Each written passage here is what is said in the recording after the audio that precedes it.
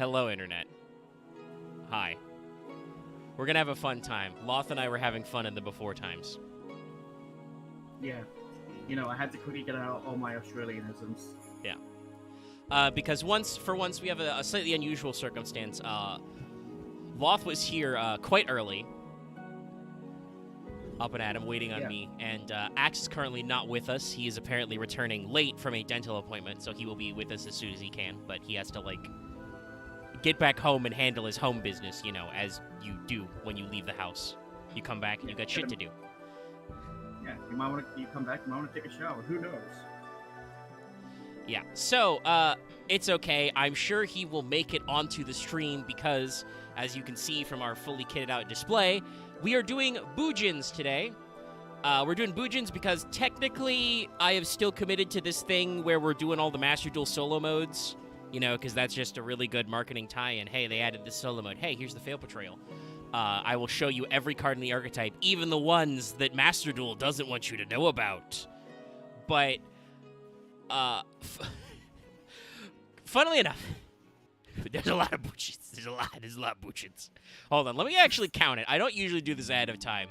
And Axe sometimes asks me how many cards there are, and I just don't. I'm just making a notepad document list of all the names. I don't usually keep count as I do it.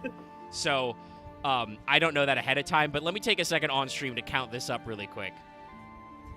What? You don't like whenever you hit space, you just go .point out?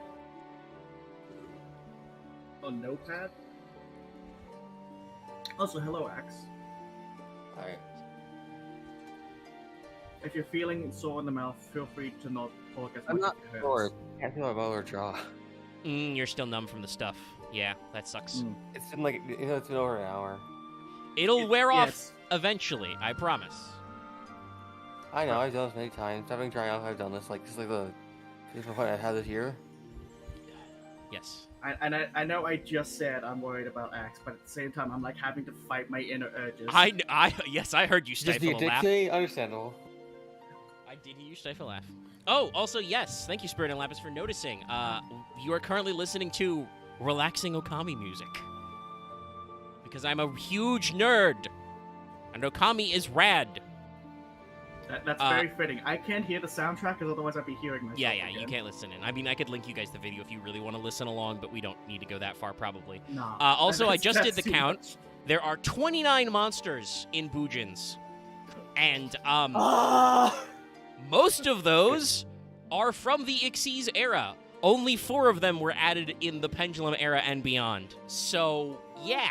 No, that's never higher than, honestly, because, God, my tongue is that swollen, goddamn. Yeah.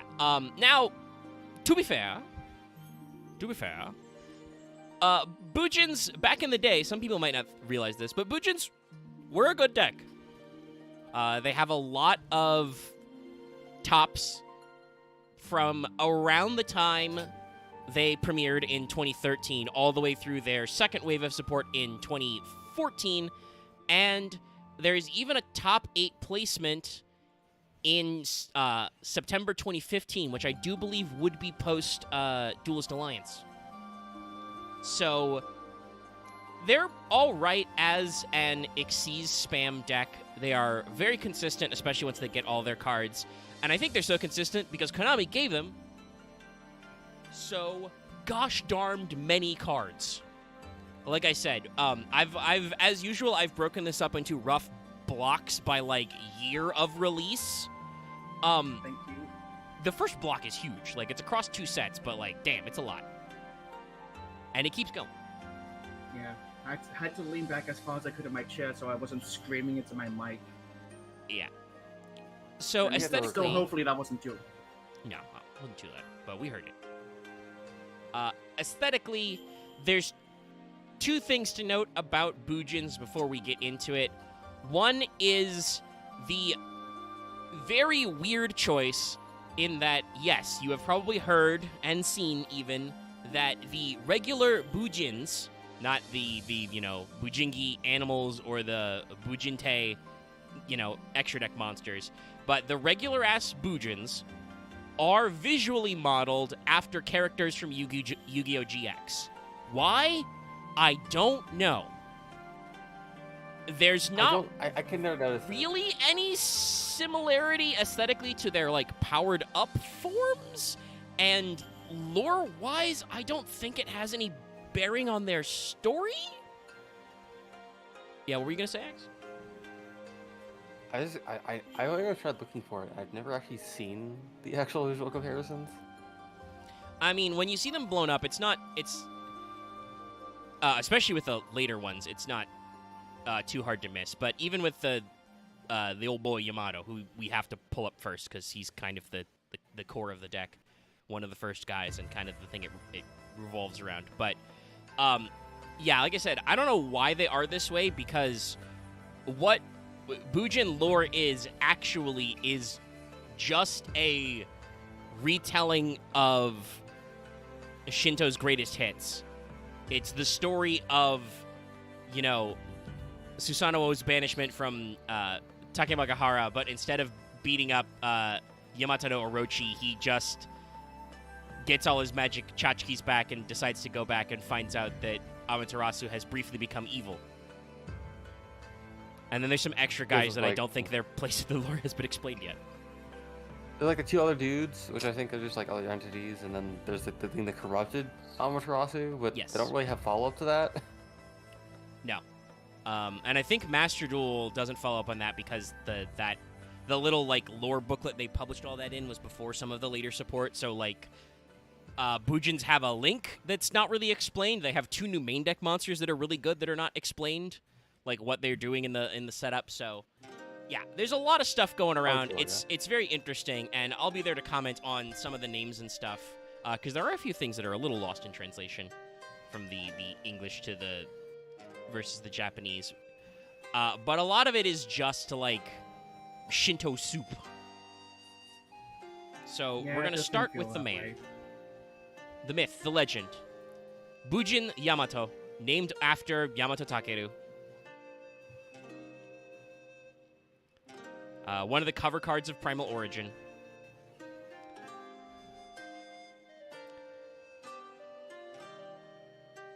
So, very solid stuff going on in here. This is claimed to be a reference to the other man, the myth, the legend, Jaden Yuki himself, and you can kind of see it. He's red, the way his weird head is shaped. Yeah, it's kind of Jaden's hairstyle, and he is wearing, like, deck pouches for no reason. I was about to say he's meant to be Jaden. I thought it was the guy who meant to be playing this archetype. No, I don't know if anybody played this archetype even. Shit. Oh, But yeah, no, fuck me, I guess. this is roughly supposed to be analogous for Jaden. It's a little loose. It's mostly in the hair and the red color scheme, and he does kind of have the uniform jacket style. Like I said, there's a couple more that are a little more obvious. But yeah, why the fuck is it Jaden? I don't know. Like, it's not even like these guys are like the ancient Japanese version of elemental heroes or anything. It doesn't really make a lot of sense. I think the artist just thought it would be funny. But yeah, he's here. He's red. I do like a lot of the little detailings. Like, the Bujins are made up of, they're basically a tri-archetype. They're made up mostly of Beast Warriors, Beasts, and Winged Beasts, funnily enough. So the fact that Yamato, who is a Beast Warrior, is not quite human, right? Like, he looks kind of like a suit of armor that's just filled with light stuff. Like, I like that. I like those little details, and they've got a lot of, like, little line work here in the stuff. So it's neat. It's high detail. Good background with kind of the clouds and the stars. This just looks like a thing of living lava just decided to inhabit a suit of armor. Yeah. I don't want to say for sure that we make this comparison a lot. I don't want to say for sure that the Bujins are more or less tokusatsu than normal, but they're a little bit tokusatsu. You can kind of see it, but at the same time, you can safely say, well, I can also kind of not see it. So yeah, I think the main issue is just the way the Bujin guys are structured is that there's, like, a main group of 3 of them, and while they do have, like, transformed forms, their normal forms also look like they're already, like, suited up, so it's a little weird. I guess the idea would be, imagine if you had a you know, your preferred format of tokusatsu series with 3 main heroes, and just, God, they have a lot of weird animal collectibles as their power-ups. So, Kamen Rider. Possibly. I'm not an expert on Kamen Rider, so I don't know, but in my mind, those are usually solo series, but I'm sure they occasionally pick up Usually, supporting characters. A lot of times they also have the guy who has many different suit powers. Oh, yeah, I should also say, it's a little hard to see because there's, like, glowing light pouring out of his hand. He is also doing Jaden's "that's game" pose. You know, kind of the point. Yeah, I could see this thing trying to say, I'm gonna throw down a face down.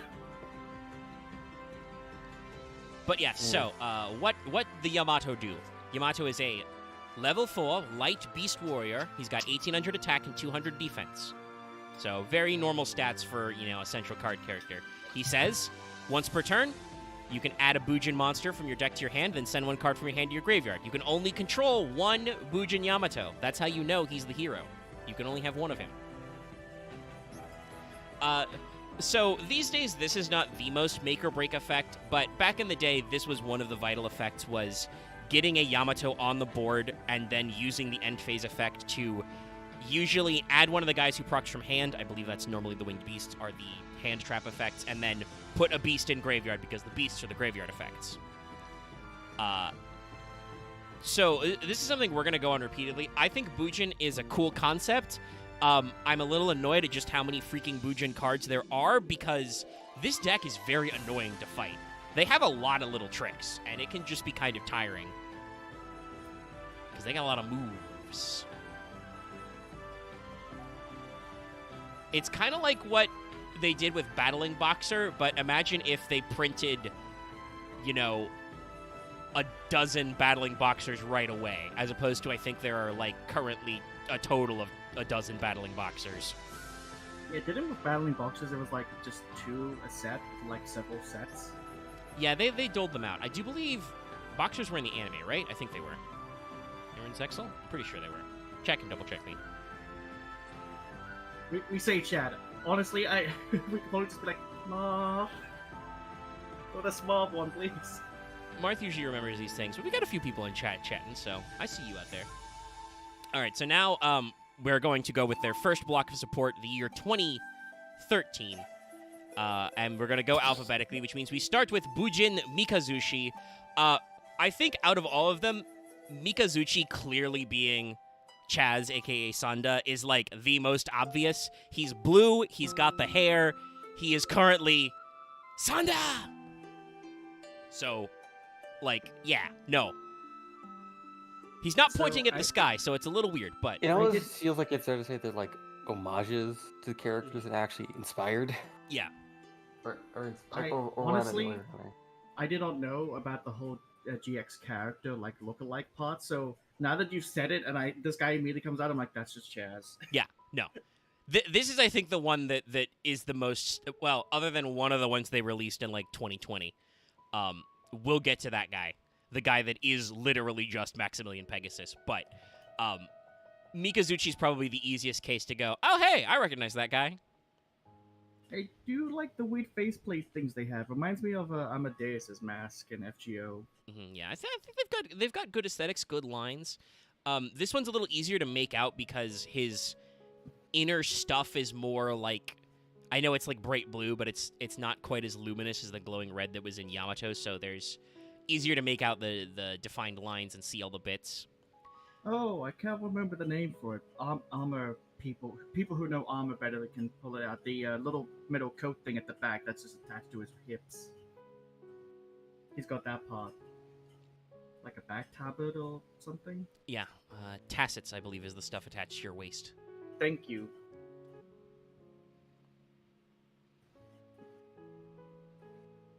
Okay. I don't know. You put me on the spot, man.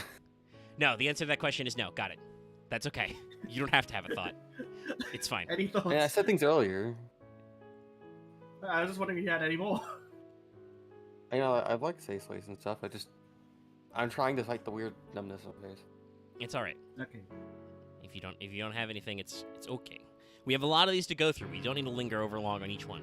Yeah, it's just like we should probably just go faster through these. Bujin Mikazuchi, a light Beast Warrior effect, level 4. He has 1900 attack and 1500 defense. Neato. A decent stat. Yeah. block. When a Beast Warrior type Bujin monsters you control is destroyed by battle or card effect and sent to the graveyard, you can special summon this card from your hand.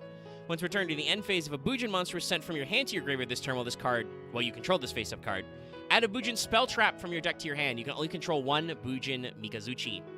So yes, Mikazuchi is, in terms of pure advantage, clearly meant to be a supplement to Yamato and some of the other Beast Warriors they added. So he's a free summon when your guys are popped, so he is a great way to extend out of Disruption. And in your end phase, he searches a spell trap as opposed to a monster, but does not necessarily settle your graveyard. So good stat line, pretty decent guy. I don't know if he's as popular with the advent of some of the other main deck Beast Warriors you can run, but still certainly a useful guy. Yes. Now we're gonna get into the whatchamacallit, the Bujingi. So these are probably gonna go a lot faster art-wise because it's just gonna be like, yep, animal. Before I get into them, Divine Sparrow, Divine Turtle, Yeah. etc. Before I get into them, I should point out that you might think, oh, does Bujingi mean, because Bujin, by the way, I forgot to say earlier, literally translates as martial god. So, pretty classic stuff for Japanese myth.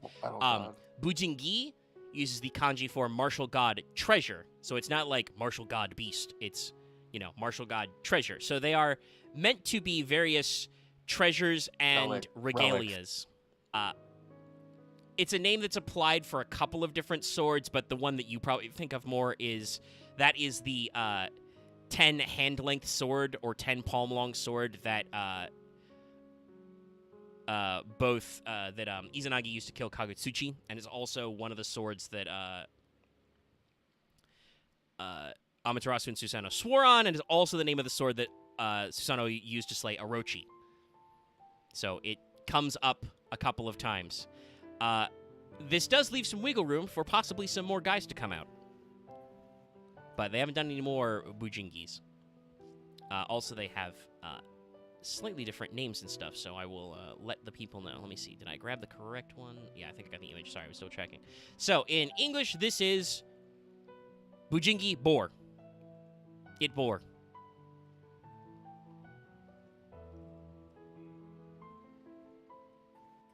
Yep, that's a bull, all right. Yep. In Japanese, it's named Bujingi Ikuta. It's named after the Ikutama, which is one of the 10 treasures and is a jewel. It looks like one of Ichizushi's relics. Yes, I believe it is. Just Yeah, it's quickly, associated with him. the funny thing is, the little tiny... I know it's like you can see the shape of the snout and the head, but just the fact that it's got like the one bit of the helmet with the wings makes me think like that's just its head. Yeah, It's it like is the kind of funny tiniest because I think that's supposed to be like it's bristles as a boar, but yeah, it's a little funny.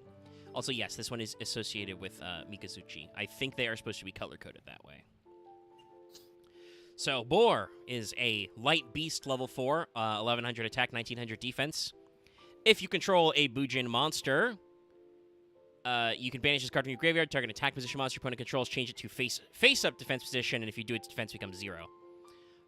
So if you're like, oh, I don't remember boar, this is probably why. It can be a handy method of removal, but there are much better Bujingi for that. There's a lot of Bujingi, and like when you're trying to make a deck, you just go cut, cut, cut, cut. Yeah. It's too many. Speaking also, I of appreciate the... better removal, I have. I can't remember the name of it, but the Mitama, the little specific. What is yes, that symbol thing? the Magatama. A Magatama. Thank you. I just Yes. remember what it was. I appreciate that. That is just his tusks. Yes. And that's part of how you can tell what he's supposed to be, because like I said, this is named after one of the 10 treasures that is a jewel. The Ikutama. Sorry for interrupting you, Omega. No, it's fine. I was going to transition to the next guy anyway, so it's good that you caught that before we moved on. Because, speaking of better removal options, it's Bujingi Centipede. He's got the.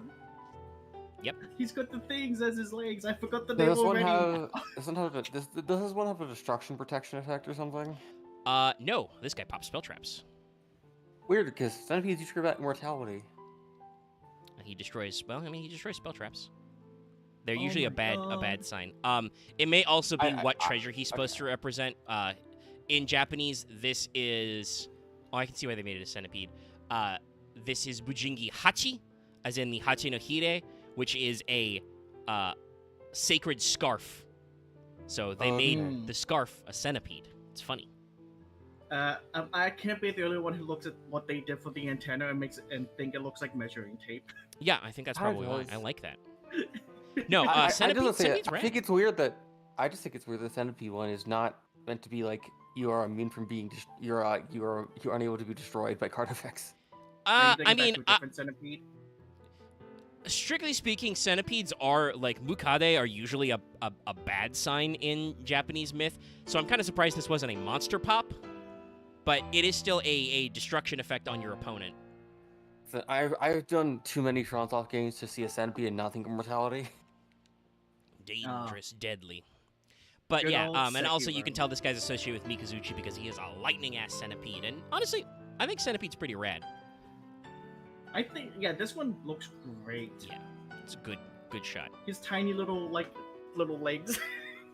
So, centipede is a light beast. You know, it is a beast type, not an insect because that would break the theming. Also, he's made of lightning, so you know we can be a little weird with the typing. It's a level 4, obviously. Almost all of them are level 4s because it's a rank 4 deck. Oh, and I also realized that this is a little. Sorry, I just realized that the image is a little high up, so it's kind of cropping with the text in the stream. It's got 1700 attack, 500 defense, so okay stats, but you want it in your graveyard because it says, if you control a Beast Warrior type Bujin monster, you can banish this from your graveyard to target a spell trap your opponent controls and destroy it. You can only use Bujingi Centipede once per turn. So yeah, Centipede is your spell trap pop. Doesn't do anything on field. Requires it to be in the graveyard. No, it's just in your graveyard, you can banish it. Okay. Well, Yeah, we're still early, it's a- simple guys. Oh yeah, simple. But given what was it, Yamato or something, just like put things in the graveyard. Yeah, I guess I can see that. Yeah, it sets it up. Oh, this fucker. So this is Bujingi Crane. In Japanese, Bujingi Habakiri. It's named after the Ame no Habakiri, which is one of the alternate names for the sword Susanoo will use to kill Yamato no Orochi. So you can tell by the fire this is Rakumo. No, Murakumo is the sword that he found under. It's Oh. later. That card is actually Bujingi Kirin. This is the other big sword he had. And you can tell it's associated with Yamato because it's kind of fiery. Fiery guts. But other than that, it's a crane. I don't really Yep. have much else to say about that. If you had told me this is Cyber Crane, I would also not bat an eyelid. Yeah, because it's like I don't see how it turns into a sword. I mean, I think they just kind of transform is the thing. Yeah, that Like the doesn't have to make sense. Weirdly enough. relics are just kind of I believe the way the solo mode explains it is they fell to Earth as like dots of light and became animals. Hence why Yamato has to gather them all back up. Anyway, Crane, it's So pretty they're straightforward. Transformers. Something like that. Crane is pretty straightforward. This is our first wing beast we're looking at. It's, light and level 4 like most of them. It's going to be 1600 attack, 300 defense. And guess what? It's a fucking honest. It's a and actually no, Kalud is a flat. This is definitely more on the honest type. Which is funny because you can fucking run honest in this deck anyway. Because they're all lights. But during damage calc, in either player's turn, make sure to specify, if a Beast Warrior type Bujin monster you control battles an opponent's monster, send this card from your hand to the graveyard. The attack of your monster becomes double its original attack during that damage calc only. And Boy, do I love Kalut / honest like effects. yeah, it's one of those real fuckers where you're just minding your own business and it's like, oh wait, nope. They're giving me the honest. Nope, they just had this in hand. Fuck me. Yeah. So, on the one hand, because it is just double the attack, it is possible that you might still get out of it, get over it, but that's also double that monster's original attack, so there's quite a lot of things going on there. Yeah, you can't double up on it.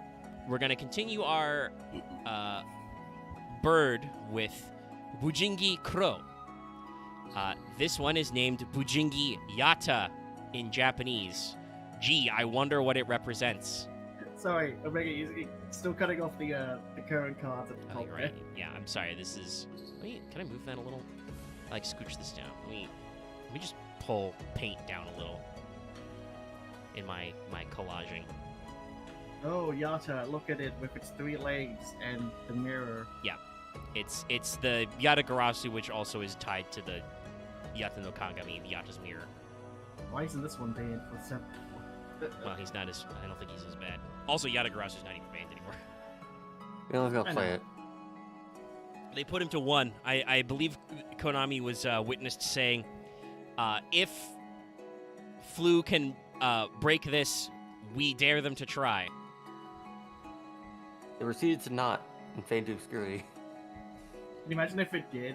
If they did find a way, just Konami goes oopsie doopsie. No, it's But honestly, anyway. it's probably more likely that Yata will be able to do something with, I think there's another wave of Shino Baron support coming out. Oh. So more ritual spirit nonsense. Also, they added a new Mitama. But yeah, it's Bujingi Crow. Crow is also associated with Mikazuchi, so it's blue. I like what they've done with the wings. Yeah, the wing design is pretty cool. I like the kind of like the offset armor plates and stuff. I know Yatagarasu is meant to have it, but seeing those 3 metallic legs just makes me go, ugh. Yeah, it's a little weird. I like that it's got the mirror attached, though. Well, I wonder if that's it. Crow is, the usual stuff. It's a wing beast, obviously. It's got 1700 attack, 800 defense, because, the stats make sense. And Crow is not as cool as Crane, though I could definitely see some people running it for just critical mass.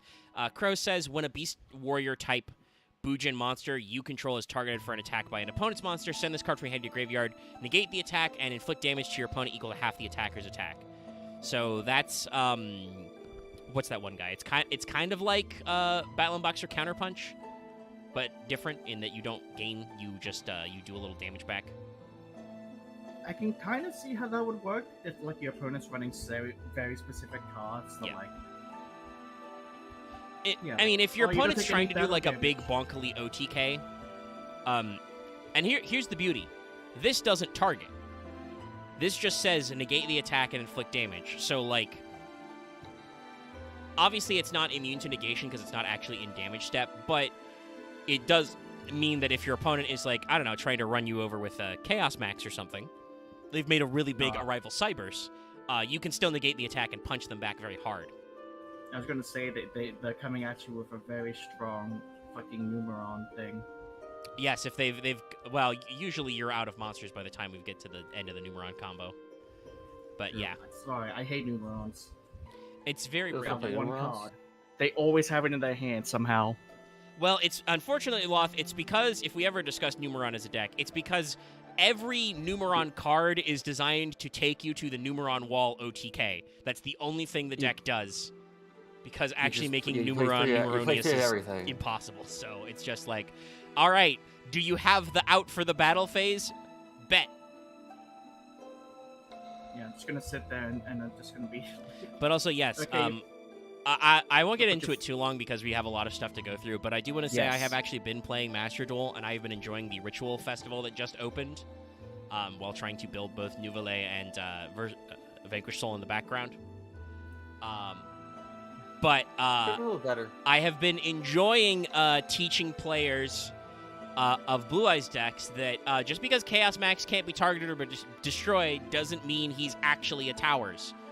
Chaos Max does not read unaffected. Also, I should technically say she because it is a Blue Eyes monster. But yeah, many, many times I have seen Blue Eyes player go to battle phase, attack with Chaos Max, and I'm just like, okay, I tribute you a monster. Why are there still Blue Eyes players in the game?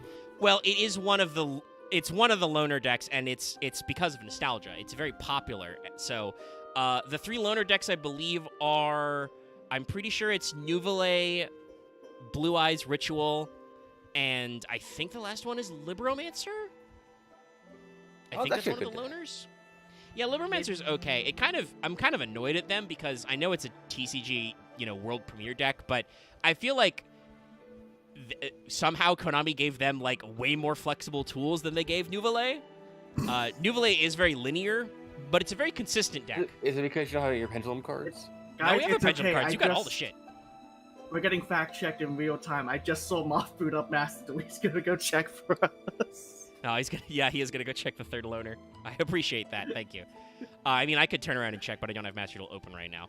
But yeah, no, we have. That's the thing. Nouvelle has and Vanquish still have all of its like second wave of support. It's just that Nouvelle is a very linear deck. It is weak to Ash Blossom, but usually you have about 4 searchers in your opening hand. The main thing is just that they haven't given any real additional like actual spell trap support. The one to set up the like cooking contest is cute, but other than just be a way to instantly summon your level 1 pendulum monster and start your combo, that doesn't actually do anything for you. Whereas Libromancer has like an archetype negate. I think they've got like a Icarus attack type thing to like, or probably more like a Phoenix Wing Wind Blast, but they have like multiple ways to interact with your opponent in their back row and in their front row, and I'm just kind of like, aw, that's Sag. I want more flexibility. Give me some main deck monsters. I don't want to be running fucking Manju of the 10,000 hands. Anyway, I'll pull up our next guy. It is Libromancer, Thank you. We got seriously sidetracked. The Ritual... Listen, the Ritual Festival is fun. Except, I don't know why Konami leaves these cards fucking legal, but if you are playing a goddamn burn FTK deck, why? Die. Perish. I got fucking Nurse Burn FTK'd. I know she's a Dark Lord, Konami, but why did you make it so Condemned Witch can fucking summon her from deck? What the fuck is wrong with you? Honestly, if I was doing the ritual thing, I'd probably do some dumb Odd Eyes ritual nonsense. Look at this fucker. Yes, this is Bujingi Ibis. Bujingi Bin Chicken! Ohabari. So... Oh, wait, you guys use that term over there? What, for Ibis? What? Yeah, for Ibis. Bin Chicken. No, I think we just call Ibis Ibis. Damn. It's just one of the things we call Ibis. We do call it Ibis, but... everyone just calls it the bin chicken, since it's always hanging around bins, stealing food. I'm gonna be honest, I don't actually think there are enough Ibis species in America. Like, I've seen them in Florida because it's, a fucking swamp down here. Yeah. The University of Miami has a mascot, which is an American white ibis, which is named Sebastian. You go to Brisbane City, you walk around, see a few fountains, and just see a bunch of ibis trying to clean themselves in the fountains. They are water birds. It's a little hard to tell again with the whiting out and stuff, but you can see it's got the distinctive curved beak. That's nice. It's got little webbed feet, though its feet seem very small. It's a very, I wouldn't say detailed, but a very ominous background. Yeah, it's like sunlight poking through the clouds, but it looks like it's just full of fire. It's weird. I do like the flame particles or whatever coming off of it. It looks pretty cool. Ohabari is, again, it's another name for the Ame no Ohabari, which is another name for the 10 hand length sword.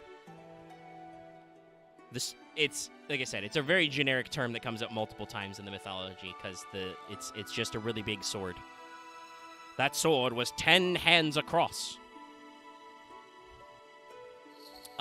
Unfortunately, Ibis not super great. It's another winged beast. Obviously, it's got 1600, 300. During your main phase 1, you can send this card from your hand to the graveyard, target a Bujin monster you control this turn, If it attacks, it does piercing. So, as opposed to like the previous two we've seen, you know, the Crow and Crane are both battle tricks. Ibis requires you to telegraph and pick what monster you're going to do piercing with in your main phase. It's just not. It's not the greatest. I do appreciate that it's not just Beast Warrior monsters. You know, it can work with your other guys, but it seems way too obvious and not enough payoff to just get piercing. So now we're gonna pull up another weird one. This one is Bujingi Ophidian, which is weird because I don't know why they didn't just call this Bujingi Orochi, because that's its name. I was about to say, what the fuck is this thing? So, by the way, you might think, oh, is it Orochi because of Yamato no Orochi? No. It's named after the Orochi no Hire, which is another sacred scarf. The snake is a scarf, too. That's pretty funny. But yeah, this guy's weird as hell. Like, I called him a snake, but he's definitely like a weird little noodle dragon guy. And I don't know why. I like the coloration of the green he has. Yeah, the green and the kind of like yellow-orange color. It's good. I love this guy. He's adorable. But also, like, what are you? Wait, no, Omega, he's representing Australian sports teams. He's green and gold. Nice. But yeah, this Danger scarf! Danger scarf? This guy does give me big, like, Dunsparce vibes, by the way. Yeah, I see that. Unfortunately, I'm pretty sure off the top of my head his effect is not Yeah, his effect is not good. Sag. Oh, why does the tiny little bit of armor or metal going down his side look like a zipper? Thank you, Marth. Danger scarf?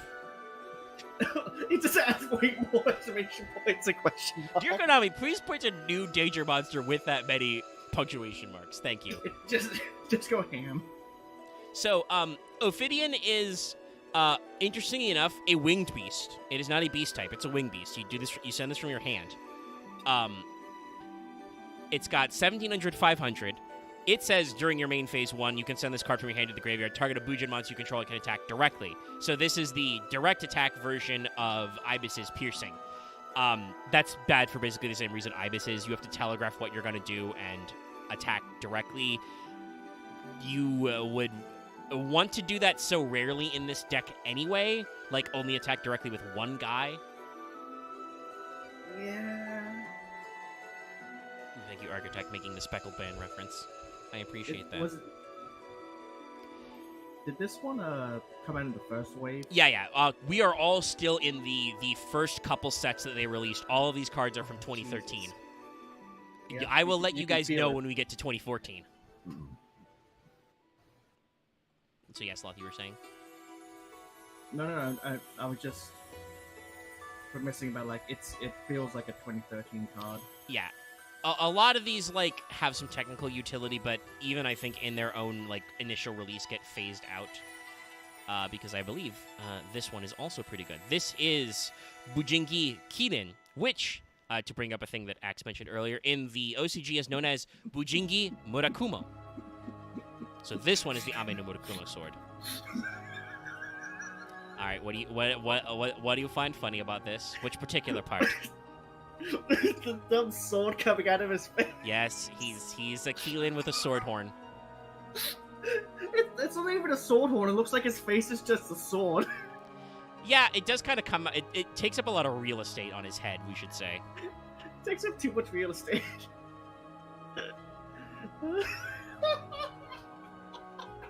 I'm so confused. It's I'm pretty getting big. is very basic about it. It's, I'm being it is as very basic as I silly. want. I know, you are. Sorry, the way you said that's okay, X.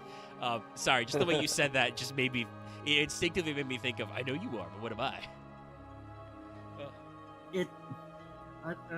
Bingo Machine Go has 4 punctuation marks. I bet Wait, it does. hold on.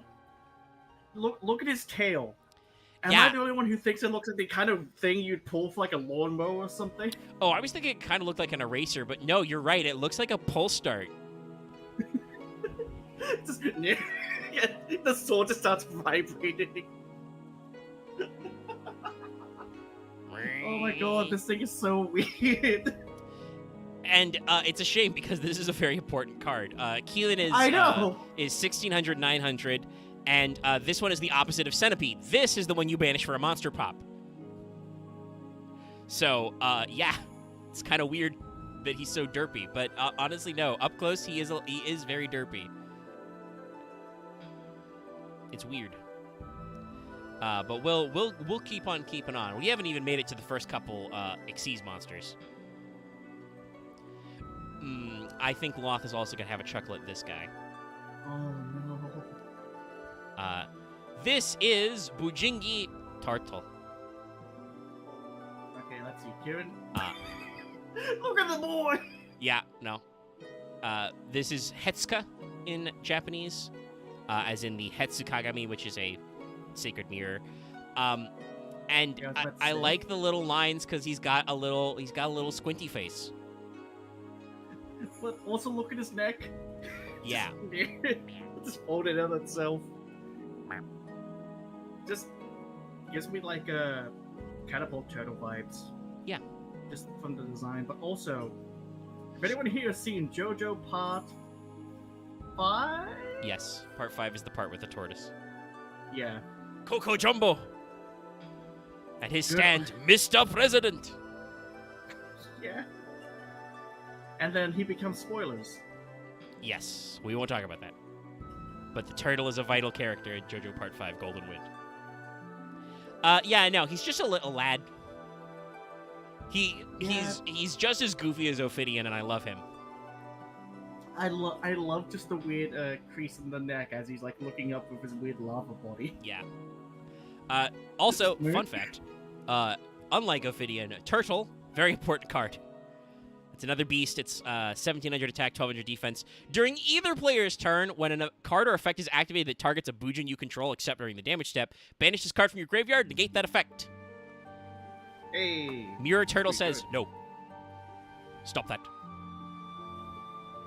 So yeah, no, he is protection. Yeah, the Bujin holds up the turtle mirror and it reflects it back. Also, No by the use. way, while he does banish for his effect, this is not once per turn at all. Nope. If you put multiple turtles in your graveyard, you can keep negating. Just rapid fire turtles from your graveyard. So now we're gonna get to a weird one. You'll probably notice right away. Like the first two have been color themed after Yamato and Mikazuchi. So our next This one and the snake have been green, so. Well, I mean their body color. Like the ones right, associated with Mikazuchi are kind of like blue and lightning-y. The ones associated with Yamato are kind of lava-y. So this card did originally come out in their initial set in 2013, Judgment of the Light. But you will notice it has a very different aesthetic. This is Bujingi Warg. Yeah, it's purple. He's purple, goopy. This one in actually, the blown up. OCG is Chigaheshi. Blown up, he looks a lot better. Yeah. Than I thought, yeah. He is named after another one of the 10 jewels. So yeah, this guy is all purple and black. I'm not really sure exactly what animal it's supposed to be, because they translated it as warg, which is usually like an old term for like one of the weird English, side names for a wolf. But this guy has hooves. And like depending on what fantasy wings? thing you go to, like wargs can be like a weird wolf pig thing. It's weird. But yeah, they did give him hooves, or what looks like it.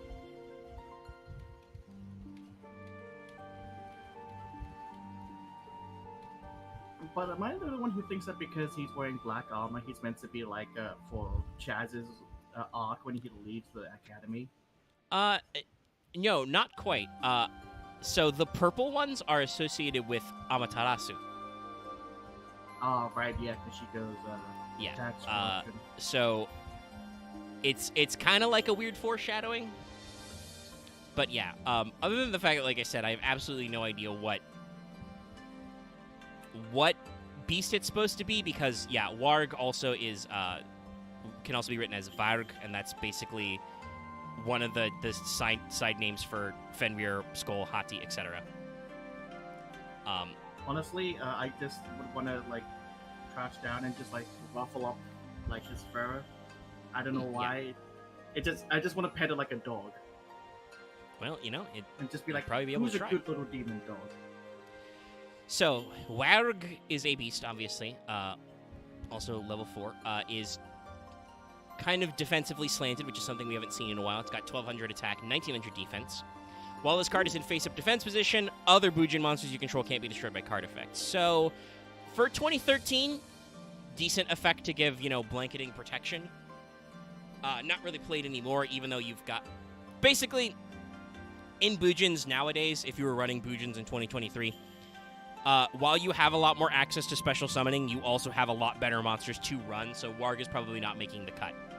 You have access to, you know, spell traps and other protection effects. You don't need to... Because I'm reminded of distance. Borden, Morptronic Borden, that had the... if this is in defense mode, other Morptronics cannot be destroyed by battle. Yes, and when we were playing Prague and Morphtronics were new, they were annoying as fuck, but they don't really stand up long term.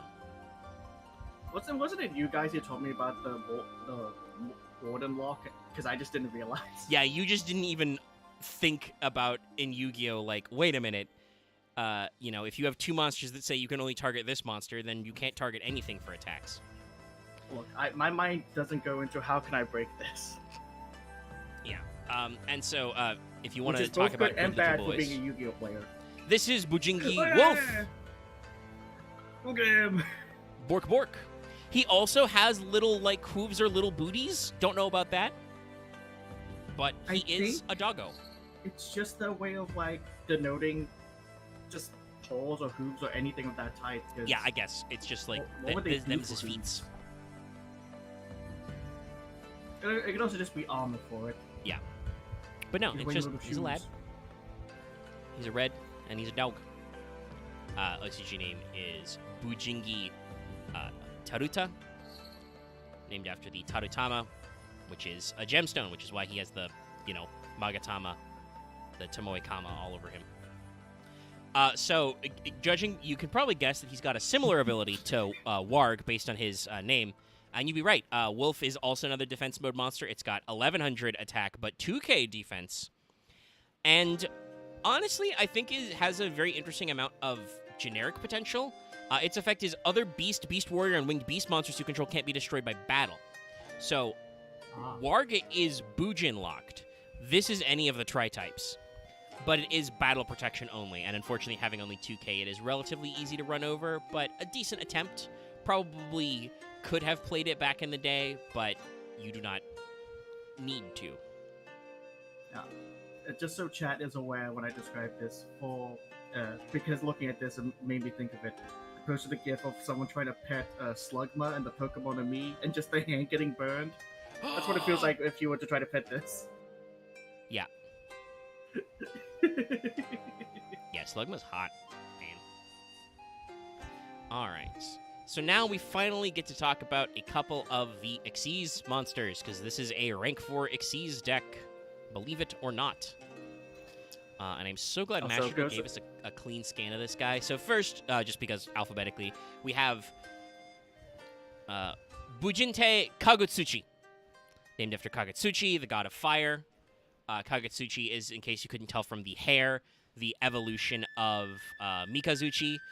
And because you can actually see what the fuck he is, you can see how he's got all of his little relics. Like, the turtle has become his shield. I guess the crow has, like, completely folded up to become his sword? I thought that was the ibis. Well, it could be the ibis. Oh, but I think like, the the little crow's bit the of mirror. red... The ibis was the sword, I think, yeah. But yeah, it's still one of the birds folded up to become his sword. His the centipede has, like, split into 4 and become his wings. And just there's fire fucking everywhere. No, this is pretty rad. And I say it's rad because Here, chat. Let me show you what the scan of this card in real life is like. I can't see. Please turn on the night mode. You have activated Discord light mode. Yeah. So even though that's not a secret, that's just an ulti. It's blown out as fuck, and you can't see anything. But yeah, he's white hot. Remember how people were asking for the armor archetype? Even though it's not exactly, but this gives the feel of that. So, wait a second. Yeah. Oh, Bull became his armor. That's what it is. Because I was wondering. Oh, what okay. happened. Yeah, no. Like you can see the boar on the front ridge. Yeah, he got extra armor bits. Yeah. Yeah, it's cool that you can spot it, all the details. I do kind of I don't remember whether it was Crane or Ibis Axe commented on this, but like I do not actually know how some of the birds are supposed to become swords. Exactly. Like I'm not sure how they're supposed to fold up. I love that you can see the fucking centipede head behind his head. It's just like all the mandibles. Yeah, I think it might be the tail, but it could be either end. Also, Axe, were you saying something in there? I was just saying, like, yeah, the things can't be swords. They're kind of weird, but you know, they tried it out. Okay, so Kagutsuchi is a rank 4 Beast Warrior Xyz. He's 2,500 attack, 2k defense, so solid stats for a rank 4. You know, the same as the archetypal Utopias. He is technically type locked. He requires 2 level 4 Beast Warrior type monsters, so you can't make this with just any old Bujins. You got to get the big boys. When this card is Xyz summoned, send the top 5 cards of your deck to the graveyard, or your entire deck if less than 5. Watch out for that one. This card gains 100 attack for each Bujin card sent to the graveyard by this effect, so it can get up to 500 extra attack and become 3k, pretty decent. If a Bujin Beast Warrior type monster you control will be destroyed by battle or card effects, you can detach 1 Xyz material instead of destroying one of those monsters. You can only control 1 Kagutsuchi. So yeah, Kagutsuchi is usually one of your end board monsters. It's not like your ultimate boss, but it mills 5 to set up your graveyard. It gains attack, which can be pretty useful. And it does have a protection effect. So all around, still a very decent card. And, you know, like I said, semi-generic. It works with any Beast Warrior combos. So in general, any old rank 4 Beast Warrior deck can consider running Kagutsuchi, especially if you want to put shit in your graveyard. Like, if you just don't care about the attack modulation, this is basically just like an Agito. Agito! So, as someone who has tried this, in test games, this guy has killed me more often than not. Because I'll be milling 5, and all 5 of those cards will not be Bujins in the slightest. Yeah, it probably takes a little bit of big deck building. But now let's go to, you know, the powered-up form of the boy himself. It's Susanoo. I think Susanoo, it might just be the pose, but Susanoo looks a little sillier than Kagutsuchi. Yeah, that's just full on. He actually did put the armor on. Like, what the fuck? Yeah, so he's got big, bulky armor. He's got 2 swords, so, you know, pretty cool. Ophidian has become his wings, and you can see its little head poking up. Me. And he's got, like, a full helmet with horns now, and, like, all the bulked up stuff on his body. Yeah, he's got the, what is it? That dog we just saw. Yeah, Wolf, I think, has become his armor. Yeah. You see the giant Kieran sword, the, Crane sword. Yeah. So, like, it's alright. It's a little messy, though, with all the, like, the lines both on his body and around him. And just in general... He looks like fucking Zero! He does look a little bit like Zero. He even has, green boob lights. But he's kind of a chunky boy. But Susanoo is another one of your you know, basic combo pieces. This is another, you know, rank 4 Beast Warrior. It's got 2,400 attack, 600 defense. This one is archetype locked, so it's any 2 level 4 Bujin monsters, so it's important in Bujin, but less important in other decks, obviously. This card can attack all monsters your opponent controls once each. Once per turn, you can attach an Xyz material from this card, take 1 Bujin monster from your deck, either add it to your hand or send it to your graveyard. You can only control 1 Susanoo. So, yeah, Susanoo is, again, not exactly your your ultimate boss monster, but it certainly is a sweeper because it gets to clear your opponent's board, and it's a great utility card because it is your detached to search. This guy is your King of the Feral Imps. Hopefully there are some people in chat who can appreciate that one. Ooh. Axe, bless your heart. I appreciate that you tried. Yeah. Thank you. I was gonna do the yell, but I Thank forgot how to do you. it. Yeah, So I was no, like, it's Look, you got the handicap of your lips being fucked up at the moment. it's starting to come back to me, but I'm probably another hour. Oh, sorry that I've been burping a lot, guys. it's fine. Don't apologize, We're all it's fine. Yeah, We're all well, I'm just trying not to living. burp into the mic. So just now, chat, we've been here for an hour. We are now leaving 2013, and it's becoming 2014. How many Thank cards now fuck. has it been? How many? Let's see. How many cards was that? This is the card I was thinking of when we saw Yamato earlier. So the first know block, the why. first year was 14 cards, 14 names. The second block is about the same. So this is Bujin Arasuda.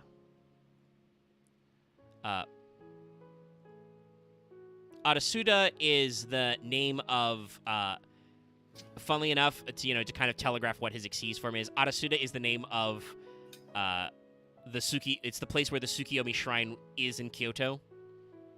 He's got a big moon behind him. Gee, I wonder what that means. And so It's Amaterasu. So this guy with his gold color scheme and his weird haircut is clearly supposed to be Bastion. And I think Yeah, that's who I thought it was. I think Bastion does this thing with his finger at some point. He does this pose.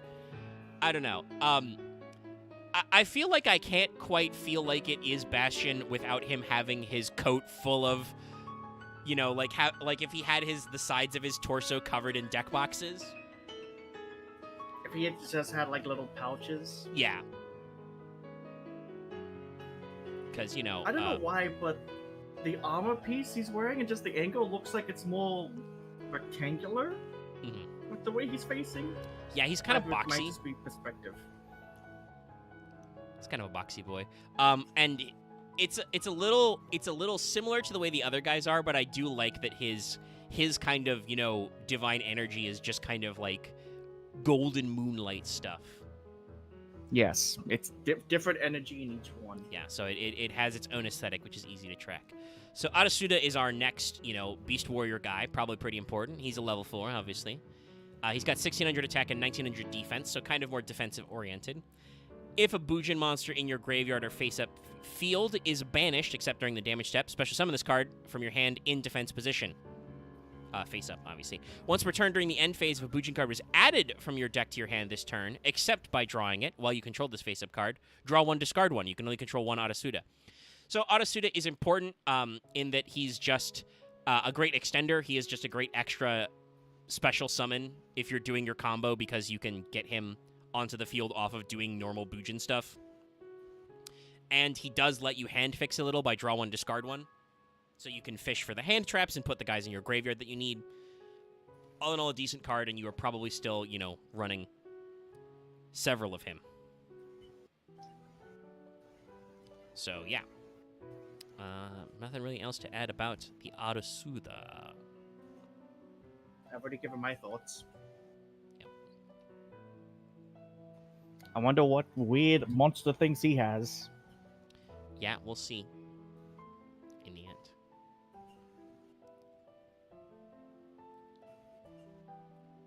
I gotta remove the Slugma gif. I keep giggling at the fucking words put in it. Yeah, you just keep looking at the Slugma and going, hee hee. Yeah. So, because for chat, the words is "Let me love you, you fucking love a slug" as the hand's getting burned. So this is Bujin Hirume. So Hirume's name comes from O Hirume no Muchi no Kami. That's one of the many alternative titles for Amaterasu. So this is interesting, and I think kind of like sets up the meta a little. I think you can tell kind of like roughly from the hairstyle, and also Alexis might use this pose at some point, but this is supposed to be like a reference to Alexis. But you notice how Hirumi's in all white. So this is kind of like the period when she was in the Society of Light, along with most students, but you know what I mean. When everybody Damn, I had was white gonna uniforms. say it's clearly Cyrus. No, funnily enough, Cyrus doesn't have a card. They gave No, Pegasus and it's- possibly Honest Neos a card before this guy. There's some debate over what the fuck what was Torifune it? is. It's the koala guy. Nah. I mean, there's probably some deities. You could probably make him like a bodhisattva or a lucky god, just a big boy. But yeah, so Just Hirume. Doraemon, fuck it. It doesn't make sense from the perspective of the GX reference, but it does make sense in the context of the reference to Shinto mythology that Hirume has kind of like this golden light inside of her, which is very similar to Arasuda, because, Amaterasu is the sun, Tsukiyomi is the moon, kind of a thing. But, I mean, for it being Hirume, I think it's got a good backdrop with just, the divine light coming down. Lots of good god rays stuff. In a way, you could also make the joke that, like, the way she's posing, you could be like, I could see this being similar to what Cyber Blader or Cyber Angel stuff. Yeah, I think that is kind of like that pose.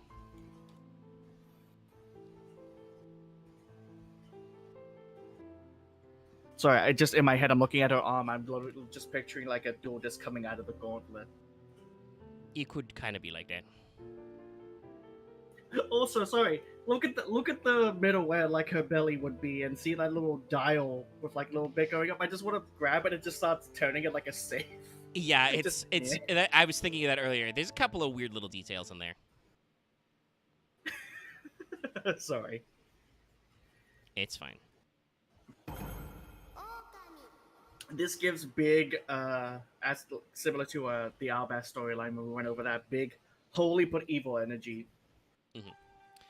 So Hirume is a very important card. She's also, a light level 4 beast warrior. She has 2k attack, 1000 defense, but she can't be normal summoned or set.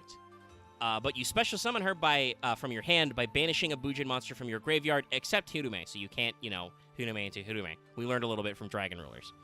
If this card, which was summoned this way, destroys your opponent's card by battle or card effect, or is destroyed by your opponent's card's battle or card effect and sent from your side of the field to the graveyard, and both players have a hand, you can discard a card, then your opponent has to discard a card. You can only control one Hirume. So, I think Hirume is very important to the deck, and you would still probably run at least one copy of her, if not more, because, chat, you may have noticed that both Arasuda and Mikazuchi require your opponent to do something or something to happen to your guys to be able to summon them, which is cool, but does make it hard to summon them if you don't have any previous setup, so you can't do Xyz plays. So, to special summon them and get 2 monsters on board. Hirume has a very easy form of special summon. And she does, force your opponent to discard if she's destroyed. So, there's some reactivity there.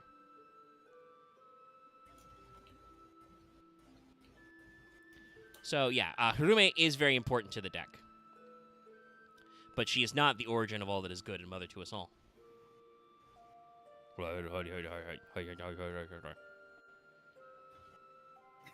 No, don't. I'm picturing someone's head morphing like they do when they talk in that fucking game. I mean, that's That's how that works in Okami. I was about to say, now you're just Animal Crossing. It's very similar. So now we go to our first new wave of Bujingis. Bujingi Fox. Bujingi Yep. Okitsu. That's just a fox. It is named after a mirror in Japanese. And yes, it is a fox.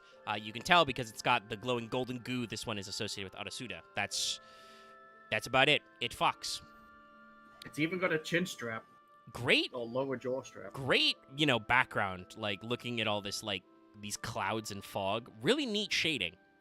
But otherwise, With a tiny fox. bit of light streaming through. Yeah. Otherwise, fox. I wonder what this is going to turn into when it morphs into him. Yeah, I don't know. We'll see in Tsukiyomi later. Well, I guess this is the good part about Bujins. We look at the monsters, we look at the Beast Warriors, and it's just like, how fit together.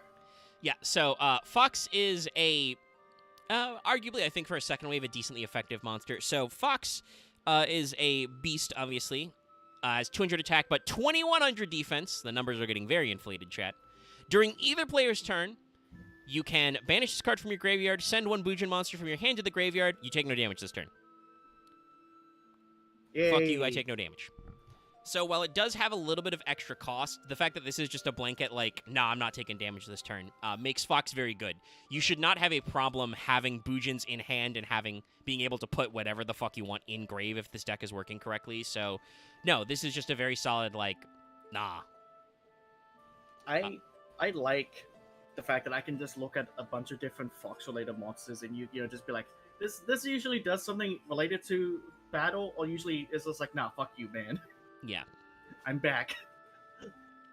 Good old Foxfire and the level 5 variant that summons like tokens when it leaves. Yeah. And now we're going to talk about Bujingi Hare, as in rabbit. Yeah. It's rabbit. Very funny they decided to attach the rabbit one to the moon guy. It's good. Good world building. Thumbs up. I would have said Amaterasu because it's white. It does have the white color scheme, but no, this is actually associated with Tsukiyomi, which makes sense because It's of got Moon more Rabbit. of the yellowish Yeah. moon energy. So fun fact, this is named, it's, what is the exact name? It's Sagusa in the OCG, which is named after another scarf. So this is a little weird. This is the scarf animal, so this is probably going to show up on Tsukiyomi's back somewhere, but I'm like, but wait, it's just a rabbit. Yeah, the other two were some kind of noodles. Yeah, I don't, that's weird. We'll have to see how it shakes out. Otherwise, yeah, no, yep, rabbit. It's pretty normal. It's got big ears. Is he gonna wear it around his neck like some people wear like dead fox skins or something back in the day? He's clearly got speed. That's about it. He's Yep, another it's beast. a fast boy. 1700 attack, 500 defense. During either player's turn, you can banish this card from your graveyard. Target a Beast Warrior Bujin you control. Once during this turn, it can't be destroyed by battle or card effects. You can only use the effect of Bujingi Hare once per turn. So, Hare is a slightly different form of protection than Turtle is, but I think very valuable because it says during either player's turn, it is a quick effect, even though it does not say quick effect. It's kind of Hey, inherently a quick Omega. effect, so you can use it as a response. Yeah. I thought, due to the energy beams or lines behind him, is this just going on while Tsukiyomi and Amaterasu having a fight? Possibly. I could see it kind of, like, because they do have a moment where they do power up against Amaterasu, so yeah, it may be that, like, this guy's rushing to give Tsukiyomi his powered up form. I don't know. I'm probably just reaching here, but I like the idea because you can see the just the beams back there. I mean, but it could also be coming off of him. So Listen, Law. Sometimes there's nothing else to go off of, because sometimes half the time the lore books don't really talk about half the cards. we're gonna make up our own lore, like the what is it? Oh fuck! What? Captain Gold is dead. Or no, Blade Edge is dead. That's right. Oh my god, wow. Big I reach was back. gonna tell you Power. there's a difference between just, I guess, Look, making that educated guesses and just making something up. That was a dumb thing me and the chat came up with during Elemental Heroes, and I'm sticking with that because Yeah. that was great. I mean, it made So- sense in the context. So, I mean, we do know from the general outline, like, all what everybody's, like, relics are. So we know Hare is associated with Tsukiyomi, so it's part of his Wombo combo. And we do know from card art that Susanoo, Kagutsuchi, and Tsukiyomi do all go to their full armored form and fight Amaterasu. But a lot of the, like, in-between details are a little loose. So this is Bujingi Pavo. Bujingi Ayotsumi in Japanese, which is another name for the Magatama, hence why it's got the jewels everywhere. So Pavo is Latin for peacock. So Yeah, I had a feeling. it's a peacock, but it's not Bujingi peacock because this is one of Amaterasu's, evil relics. Look how fucked up its bird feet talon things are. Yeah, its bird feet are real fucked up. Its face is kind of creepy and weird. The peacock feathers look like they've just formed a giant flame tail. Yeah. It's kind of sinister, which is good. Though I do like that it kind of has the yellowish background to kind of counterpoint. This thing just gives me big Shadow Lugia vibes. Yep. Even though I've never played that game. Otherwise, he What's is just something kind of like a guy.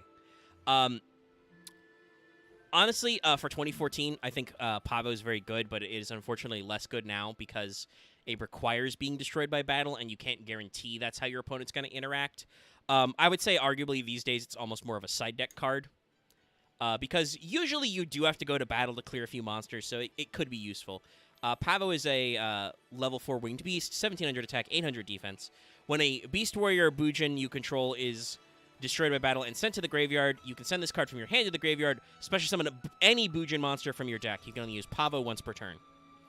So that's a pretty good effect, and especially is very good in 2014 terms to just instantly cycle to your next guy, any of them from your deck. But like I said, nowadays, not as guaranteed your opponent will try and clean up your big monsters via destruction. But if they are doing it that way, if that's how their deck works, could be a useful tech.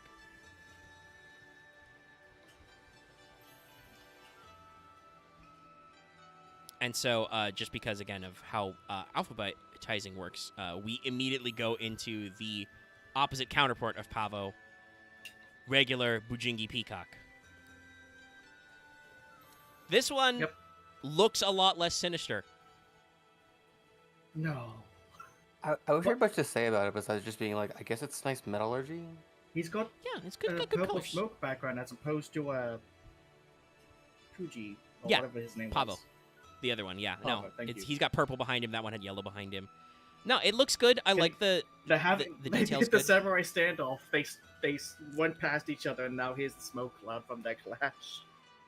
Dun-dun. It looks good. I want to say if there's any problem with this art, because the peacock fantail is so big, it makes his body very small. So it's kind of hard to pick out the details even blown up like this, but I think it looks all right. Yeah. If I don't look at the fucked up metal claws, yeah. This one is named Yasakani in the OCG, which is just straight up one of the names for the Magatama, the sacred jewel. Peacock is another winged beast, obviously. Though, again, Ophidian was a winged beast, so sometimes it's not obvious. Got 1800 attack, 700 defense. During your main phase 2, specifically, you can send this card from your hand to your graveyard, add a Bujin from your deck to your hand. You can't activate cards or effects the turn you activate this effect, except Bujin cards. You can only use Peacock once per turn. So, Peacock's way too restrictive. Yes. You are hardlocked to only activating Bujin cards or effects, period. So even if you're, that means you can't even do like a Tenki search. You can only search from main phase 2, and only once per turn. Peacock's probably not worth running. You probably want to run one of your other, like literally you would run Tenki instead of this, because that gives you attack modulation and search as a beast warrior. So like there's definitely some flexibility in there.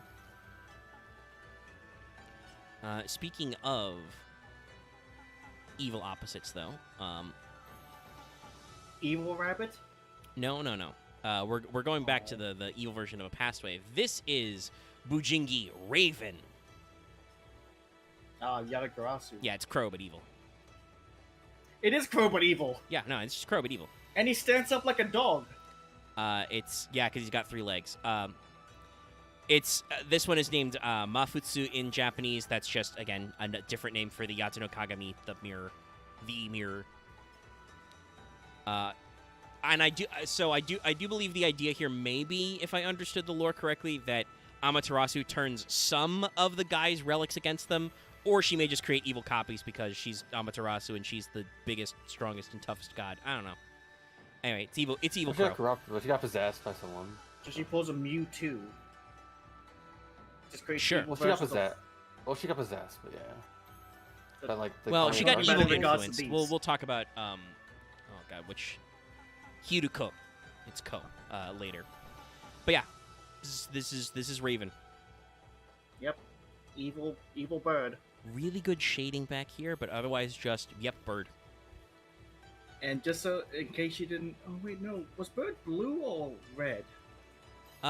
Crow I think was. Oh no, yeah, Crow was Mikazuchi. It was blue. Interesting. Okay, because I was going to say, look at the red background. I was like... No. Say it's in regards to... Yeah, Yamato's or Susanoo's birds were crane and ophidian. Yeah, my Interesting. bad. No, it's a fair cop. They kind of did this to themselves by giving it that orange background. Anyway, Bujingi Raven is a winged beast, obviously. 1600 attack, 1900 defense. When a Bujin monster you control is destroyed by battle with an opponent's monster and sent to your graveyard, You can send this card from your hand to your graveyard, destroy that opponent's monster. A pretty simple hand trap effect, but can be a good punishment. So, It might just be my brain trying to see shapes where there isn't, but do some of the flames coming off of him look like Magatama? Or are they shaped like it? Yeah, some of them have that little shape. I think they might be more like the Hinotama, the little like soul fireballs. But yeah, they do kind of have just kind of a nice generic shape to them. Okay. I'm not going crazy. What's next on the list? It's another evil version. Wait, hold on, let me guess. Evil Kirin? Correct. Oh my god! Good job, Loth. You managed to count to 3. You were like, okay, Magatama, mirror, sword, duh, got it. This is Bujingi Sinyo. I just said to myself, what is the dumbest thing that can be turned evil? I just went Kirin. The Sinyo is a creature in some East Asian cultures, especially China, that is kind of like a Qilin, but not. So hence you've got evil Qilin. Evil Qilin. Sorry, what is it called? Sinyo. Okay. Or possibly Sinyu! Yeah, you just made me In think of Japanese, Soulja Boy. it's named Sumugari after the Sumugari no Tachi, one of the many names of the Kusanagi. That sword has a lot of names. It does have the spikes to it on the Yes. side. It's got the sword. It's got the vibes. Its tail full- isn't quite the pole tail anymore, but it's still Yes! silly because it's got blades on it. You try to grab onto it to start it up. It's like, fuck. I will say that I think the sword takes up less real estate on its face, so it looks more intimidating. It looks more like a proper horn Yeah. instead of just being its face. Also, once again, just beautiful backdrop work. You've got like this source of light, like way high up here in the clouds, kind of like forming a spiral out. Very cool. Lots of really good backgrounds. No, the backgrounds so far have just been very good. So, Sinyo is a beast, level 4, 1500 attack, 1000 defense. During either player's damage step, if a Beast Warrior Bujin monster you control battles an opponent's monster, banish this card from your graveyard. The monster you control gains attack equal to the current attack of the opponent's monster until the end of the damage step. But if it does, all battle damage your opponent takes is halved. You can only use effective Sinyo once per turn. So Sinyo is a honest in your graveyard, but comes with a downside in that it's hopped and it reduces the amount of damage your opponent takes. But still, a very funny, nasty way for you to wombo combo attack manipulation on your opponent. Now, not only do you have access to Crane, you also have access to Sinyo, so you can set up some fucking horseshit.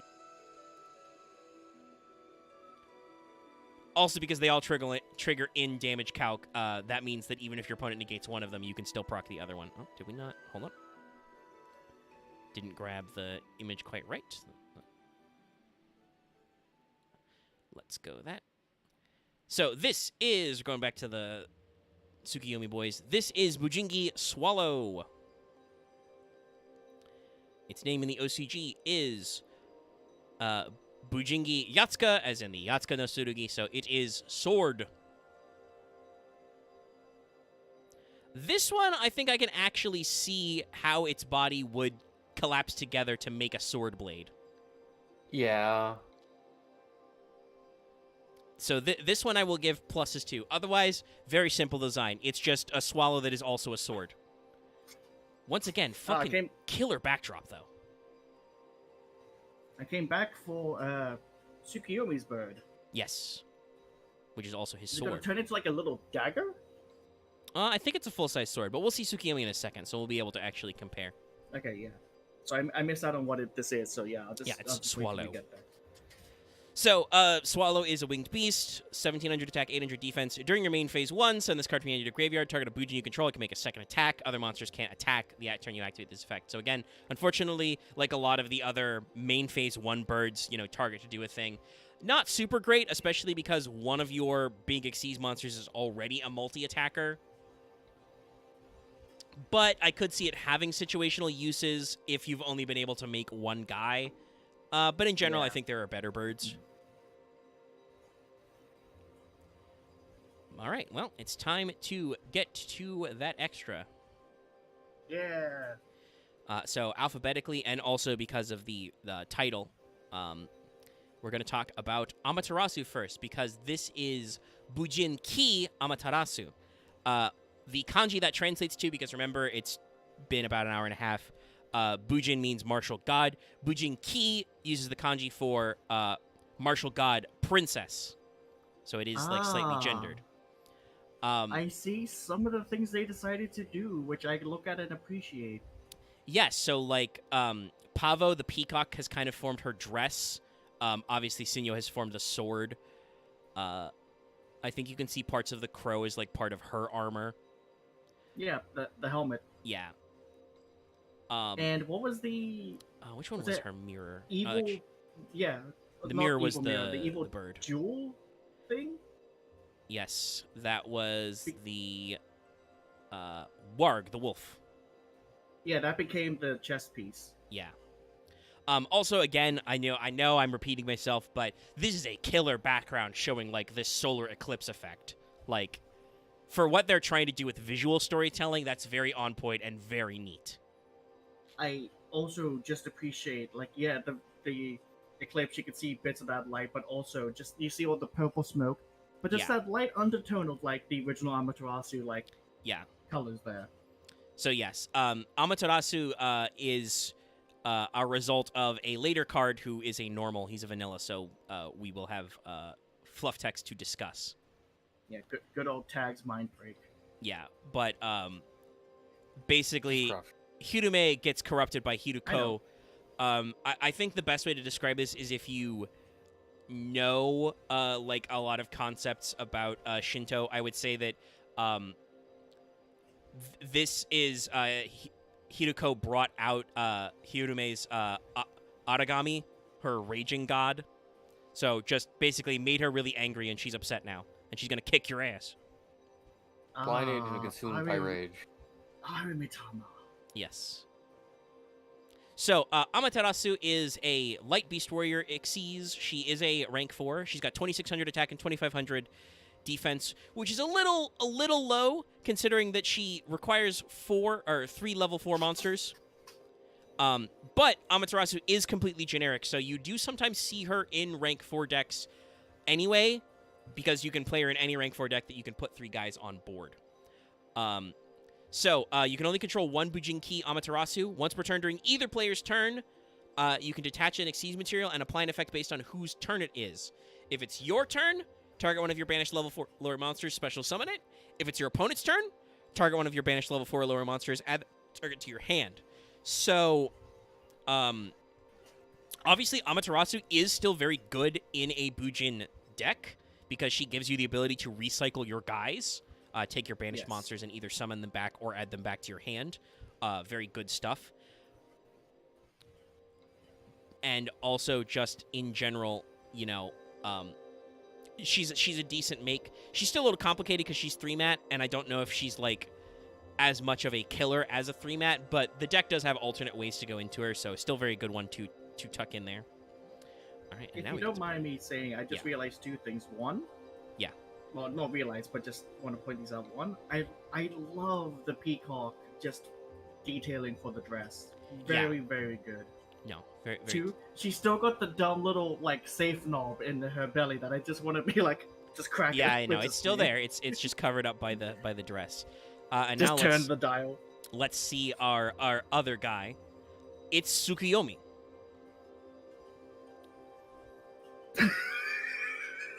Yes, he is a little sillier. So you can you were right, his sword does seem a little smaller than the others. The fox became the shield? Yes, Fox became a shield. That's a little weird. And the peacock is a cape, and the hair is just a hat. Yeah. And yeah, peacock had also the jewel on it. So Yes, yeah, so it's peacock just is also its chest piece, yeah. So he doesn't get much. No. But Oh it's wait, I see. If Yeah. you want to make the joke about Sentai, he's the sixth Power Ranger. He comes in at the end. It doesn't have many upgrades. yeah. But he has, a really great full moon shot behind him. He's got little sparks of light everywhere. It's all right. I do think the hair turned into a helmet is a little goofy. But he's still pretty slimline as opposed to Susanoo was a big chungus. I wouldn't say it's goofy. I just think it doesn't match the other part of the yellow. So not yellow, orange he has. Well, it's true, yeah, because that's the one piece of his that is white, and unlike the blue of Peacock, because Peacock became his chest piece, like we said, it's not like a complementary color. It's white. It's a little weird for an accent. So Tsukiyomi is another rank 4. He's got 1800 attack, 2300 defense, so he's also kind of defensive, just like Anasu. He is 2 level 4 light monsters, so he is attribute locked, so semi-generic. But considering all Bujins are light, Works out. But also gives him flexibility to show up in other decks and let you play other light monsters like level 4s, possibly including Honest. Yeah. So it's a good synergy. So once per turn, you can detach a material from this card, send your entire hand to the graveyard, minimum 1. If you do, draw 2 cards. If this card you controlled while face up leaves the field because of an opponent's card effect, target level 4 Beast Warrior Bujin in your graveyard up, or target level 4 Bujin monsters, Beast Warriors in your graveyard, up to the number of Exceeds materials this card had on the field, special summon those targets. You can control 1 Tsukiyomi. So Tsukiyomi is a great recovery tool and a great extender. He lets you kind of baby card destruction yourself, dump all your hit cards to the grave and draw 2 cards. So if you've got a handful of beasts and you want winged beasts, he works. Also, his floating effect is great. So I want to put this in perspective, chat. While this card when this card you controlled while face up leaves the field because of an opponent's card effect. So this means if he's returned to hand, if he's sent to graveyard from field, if he's destroyed, if he's banished, basically anything where this motherfucker leaves the field, you get to summon 2 guys. You basically get his materials back that were attached to him. That's pretty good. That's a very robust floating effect. Is it materials at the time? So if you've already detached it, it's basically every material he had when he was sent. So it's pretty solid. Sorry, it's just getting distracted by the detail work they did for the Peacock Cape, and I'm just thinking that those bits and pieces are going to move like Dr. Octopus legs. They might, yeah.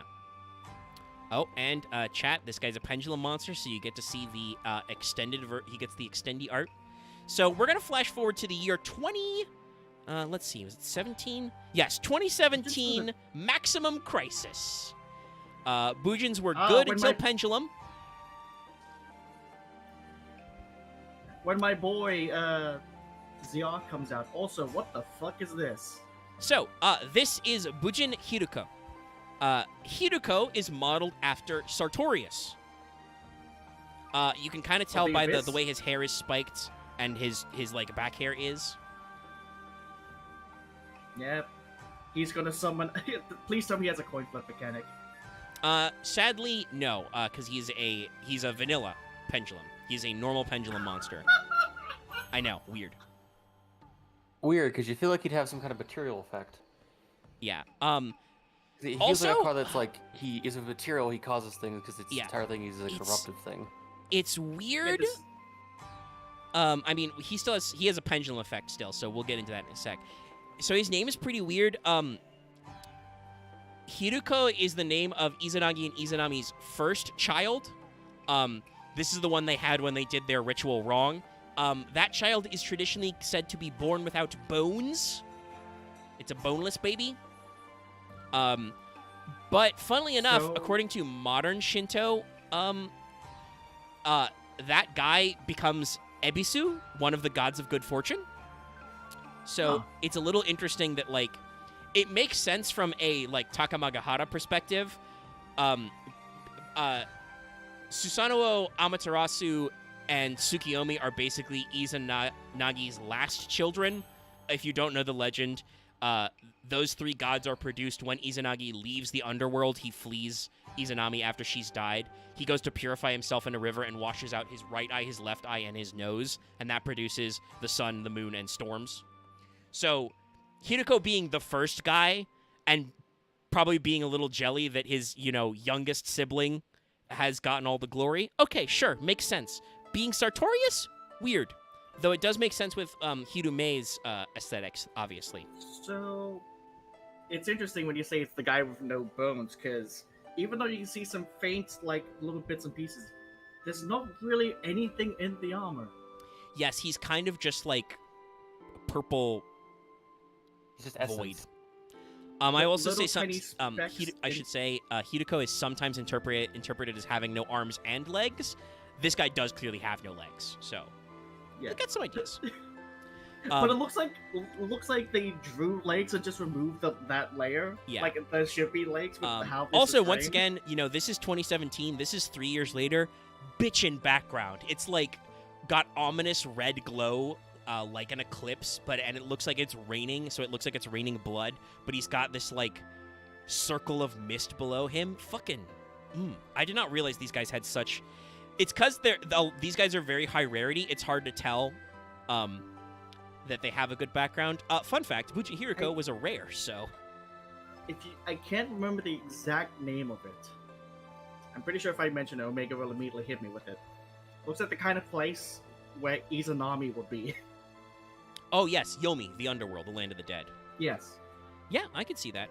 I don't think Bujins Because I have a just field got, spell like- actually, so I that could just be got fun. big flashbacks to the final dungeon of Persona 4. Yeah, I bet, especially with that fog at his base. So Bujin Hideko is a normal, a non-effect beast warrior pendulum. He is level 4. Obviously, his pendulum scale is 3, so he works as a low scale. The deck doesn't have a high scale, which is again kind of funny. It's interesting how there is like wiggle room for this to work. He's got 1,000 attack, 2,000 defense, so the opposite of Hirume's stats.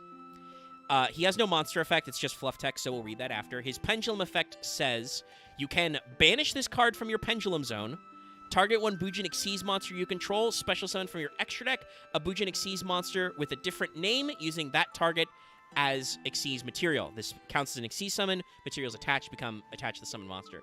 So, Hideko as a pendulum effect is basically a rank up magic without the fact that your Bujins don't have different ranks. They're all rank 4s. But he basically lets you side rank up. It's an easy way to get into Amaterasu, who normally requires 3 mats. It's a great way to get extra material on your monsters, like Susanoo or Kagetsuchi or even Tsukiyomi, because that means he gets a lot of summons. And it's just, it's a cool pendulum effect. Also, hey, fun fact, this guy is a vanilla, which means you can bring him out with unexpected die, which means you have extra Xyz materials.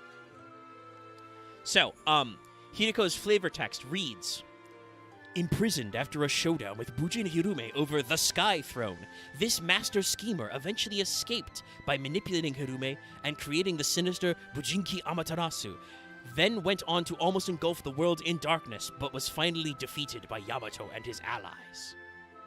There you go, that's all you need to know.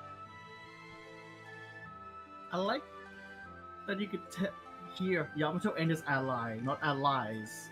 No, it is allies. Sorry. I didn't read. sorry. If I I thought you said enunciate ally. that correctly, no, it's plural allies. So Yamato and his 2 boys. And then, like I said, funnily enough, these guys, about a year later. Yeah, no, a couple years later. This was in Dual Overload in 2020, so a little closer to when they got their second wave of support. But these guys did get a link. Which, yeah, like I said, is odd. So, we're about to show you Bujin Ahashima. And I think she's just... Yeah, no, she is Bujinki Ahashima, so she is the second princess. So, Sorry, I was yeah. distracted. I was thinking of trying to grab a gif of the Hi, I'm Daisy comic dub with the gas station attendant. solid choice to look for. So, But- Ahashima, I believe, is related to the name of basically the myth of the founding of islands. I described the first one before, but basically, Izanagi and Izanami come down from the heavens with the rainbow spear, and they just find that the earth is just water. So they stir the water around with the holy spear, with the rainbow spear, and they bang it out a couple of times, and the gods they give birth to are the kami of the islands of Japan. So Ahashima is representing, you know, that whole myth of the various islands. So I believe people say that Ahashima is supposed to supposed to be a visual reference to Sartorius's sister, whose name in she is Mizuchi or Sarina, and she is depicted as a Miko, as a Japanese shrine maiden. So, you know, aesthetically, that is kind of what Ahashima's costume is. You know, she's got, like, the little hair jacks and the flowing hair, and she's got kind of the Miko robes. And she's got kind of her own unique glowing golden fire. Including she's got some extra bits or fin funnels. Love me some extra fin funnels. Honestly, if you didn't say who exactly this was, my first guess would have been Bujin Himiko. I can see that, yeah. You know, again, killer background, kind of just like wide open skies and I think seas below. And it's got the white to kind of tie to Hirume and Hiruko's kind of, you know, back and forth.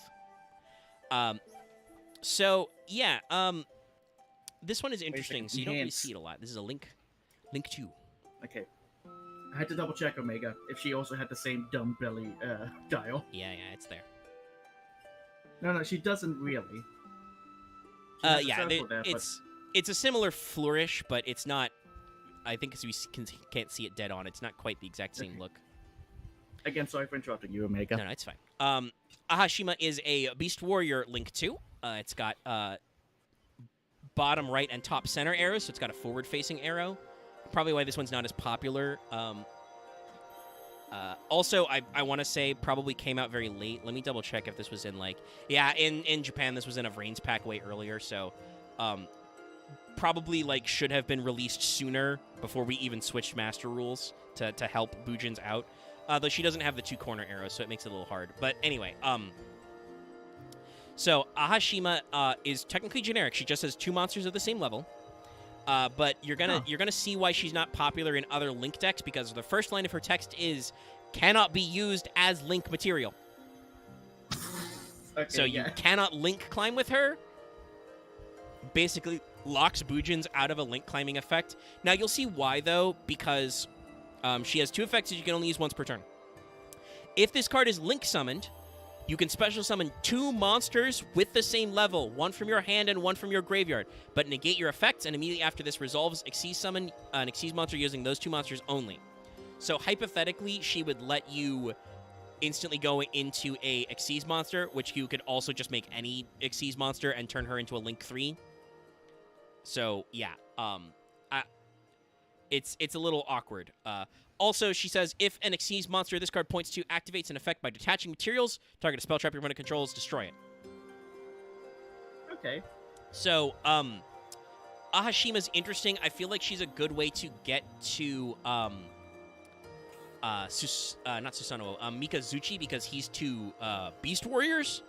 But, Susanoo is 2 Bujin monsters of any type, and all your monsters are light, so Tsukiyomi doesn't matter. So, and you can't make Amaterasu this way. So I don't really know what this is for, and you don't really need the extra spell trap destruction. I mean, I know that Bujins are weak to like certain floodgates, but Ahashima is a cute concept, but I don't think she does enough for the archetype to really be a mover and shaker. So they needed to give them, Konami needed to give them more support. Omega, I'm sorry, did you mention the fact that it looks like she's missing the bottom half of her legs? No, I did not mention that directly. Yes, she doesn't quite have the same leg effect. She has little floaties instead. Yeah, it looks like it goes to the knee and then just disappears and then gets connected to the funnels to the side. And I'm gonna assume that is kind of probably a connection Flotation to device. Hiruko. All right. Well, you know, kids, it's time for you to see the boy, the guy we most recognize as a guy. This is Bujin Mahitotsu. I wonder who this could be. Yugi boy. The whole one eye thing too. Yeah, he's got a Yeah. little eye mirror. I mean, the very distinctive hair. Yes. No, like this is after because like I said, I think, you know, Hirume, Arasu and Yamato, like they have the hairstyles, they have kind of the color schemes down. Mikazuchi very much is definitely Chaz, but like this is fucking Pegasus. He's got a little weird mirror eye, he's got the hairstyle, he's got the red outfit.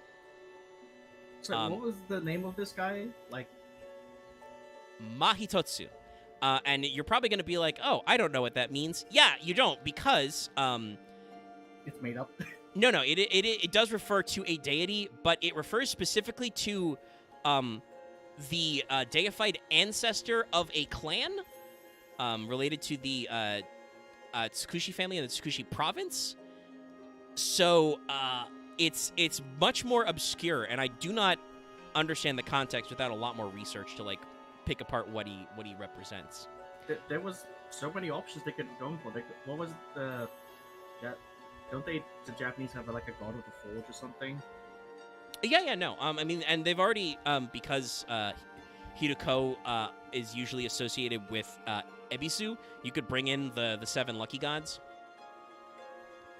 But no, we picked kind of an obscure one from a regional shrine. But that doesn't matter because he's dapper. Of course, Pegasus, you know, would glow pink. And I'm not entirely sure what's supposed to be going on, but I feel like with all these little bits and bobs being assembled, he is like making some new bujingi, possibly ancient gears. That's why I no, but that's why I. Oh, okay, no. The god he is related to, Ame no Mahitotsu no Mikoto, is associated with metalcraft and blacksmithing. Yeah, okay, there we go. Because I was gonna say, yeah, that's why I mentioned blacksmithing, because it looks like he's just putting the treasures together. Yeah, he's collecting some guys. So yes, that is a thing that god is associated with also. You can't see it, everyone, but I did just fist bump myself. Yeah. Do your Leonardo DiCaprio point. Anyway, what this boy does. So this is a Beast Warrior, level 4, 0 attack, 1800 defense. You can send one other Bujin card from your hand to the graveyard. Special summon this card from your hand. You can activate one of these effects. So yeah, he just discards to special summon. Great card. Send one Bujin from your hand to your graveyard. Add a Bujin with a different name from your graveyard to your hand. So you get to basically cycle. And then you can banish a Bujin from your graveyard, send one Bujin with a different name from your deck to the graveyard. So if you've got a Beast Warrior or a Winged Beast in your graveyard and you want a Beast, you can banish him and send. You can only use the summoning effect and the other effect of Mahitotsu once per turn. So he's got 2 effects he can activate separately. They're both, you know, regular ignition effects. And then he's got it's not one where it's like you can only choose one. Yeah. You can use either or effect anytime you like, but you can only activate each effect once per turn. And it isn't locked to when he's special summoned. Yeah. Which is good. So yeah, no. Really useful guy. Very handy to the deck. Does a lot of stuff. And also just having an inherent special summon from hand is great. Get 4s on board. And now our next guy, which is again... There's more? Yeah, there's one more guy. This guy's great. He's like a rescue rabbit. Who is this going to be? Well, so this is the one that there's been a little bit of debate about his what he's supposed to be, but the general consensus seems to be that this guy, Bujin Torifune, is supposed to be Neos or Honest Neos, because he doing that pose. Yeah. He actually, really no. is. They say Honest Neos. Fuck the Wikipedia. This is Rainbow Neos. This is literally Rainbow Neos. His wings rainbows. Look at the wings. Yeah, no, it's Rainbow Neos. I don't like the wiki says he's based on elemental hero Honest Neos. Honest Neos is not doing this pose. Rainbow Neos does do this pose. Look, they see this, they see the wings, they just think Honest Neos because Yeah. everyone played Honest Well, and Neos. Honest because Neos fuck did you. come out that same year, I think. But yeah, no, I think this is supposed to be Rainbow Neos. Again, killer backdrop, like the curvature of the Earth below him as he rises up into the space. Also, his armor design As looks he's- pretty good. Honestly, weirdly enough, this is not an insult to him. You could say he's a Satella Knight, and I wouldn't bat an eyelid. But yeah, no, with his kind of like off gold color, definitely makes sense. He's Torifune, got by the fun way, with too. Ameno Torifune is the name of one of the many gods that was born of Izanagi and Izanami. I don't think there's a lot of knowledge about it. It's just one of the names that is recorded. But it works. It's a Beast Warrior, level 4, 1500 attack, 500 defense.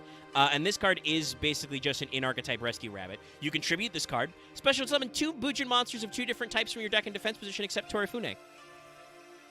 Just Good. do it. Normal summon, tribute, Yeah. get 2 guys. They have to be Get 2 different guys, types, so do they your can't thing. be 2 Beast Warriors, but they can be 2 Bujins. So this is a 1-card Susanoo. When you Xyz summon a Bujin monster while this card's in your graveyard, you can equip this card to it.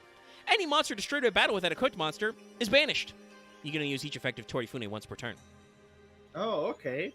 Interesting. Yeah, so no, he is disruption. He turns any of your Xyz monsters into a kind of a macrocosmos type effect. Keep in mind, remember, Susanoo, which this card makes very easily, already has an effect where it can attack every monster your opponent controls once each. Yeah. Oh wait, that makes a lot of sense. If Yes. this is fucking Rainbow Neos and it Yeah. is meant to be used for Yamato, yeah. Yeah, it turns into Susanoo very well. It equips to him. It's pretty great. I definitely feel like, given how aesthetically separate these guys are, like notice how his main body is made of like glowing white stuff, which is vaguely Neos colored. Yeah. The not that they really need more Bujingi, right? They don't need more treasures because they've got a fuck ton of them. But if they wanted to give them more effects that fit the modern game, like bouncing and stuff, I feel like I know what you're gonna do. what? Bujingi Mole. I mean, you could do that. That would be very funny if you could find that would be a very good one to tie together to do a mole and make it kind of like the white form like this. I also feel like it's not exact, but I do notice that like the Mahitotsu, the Pegasus one, he's got like some gears and some bits and bobs. So like, where's my Bujingi Crowler? Give him the ancient gear effect. Oh my god, that would be great. Like, make it so that when he's attached his Xyz material to a Bujin Xyz monster, your opponent can't activate spell and trap effects when it attacks. That's actually what I was thinking when you said that when he's in the graveyard and you toss for summon Xyz. I thought it was going to be attached.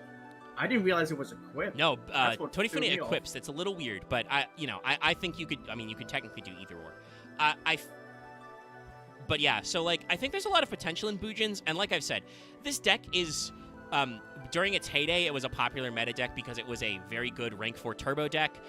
It's a deck that is based around Beasts, Beast Warriors, and Winged Beasts, which means it combos very well with Fire Fists, who are also exist on a rank 4 axis as well.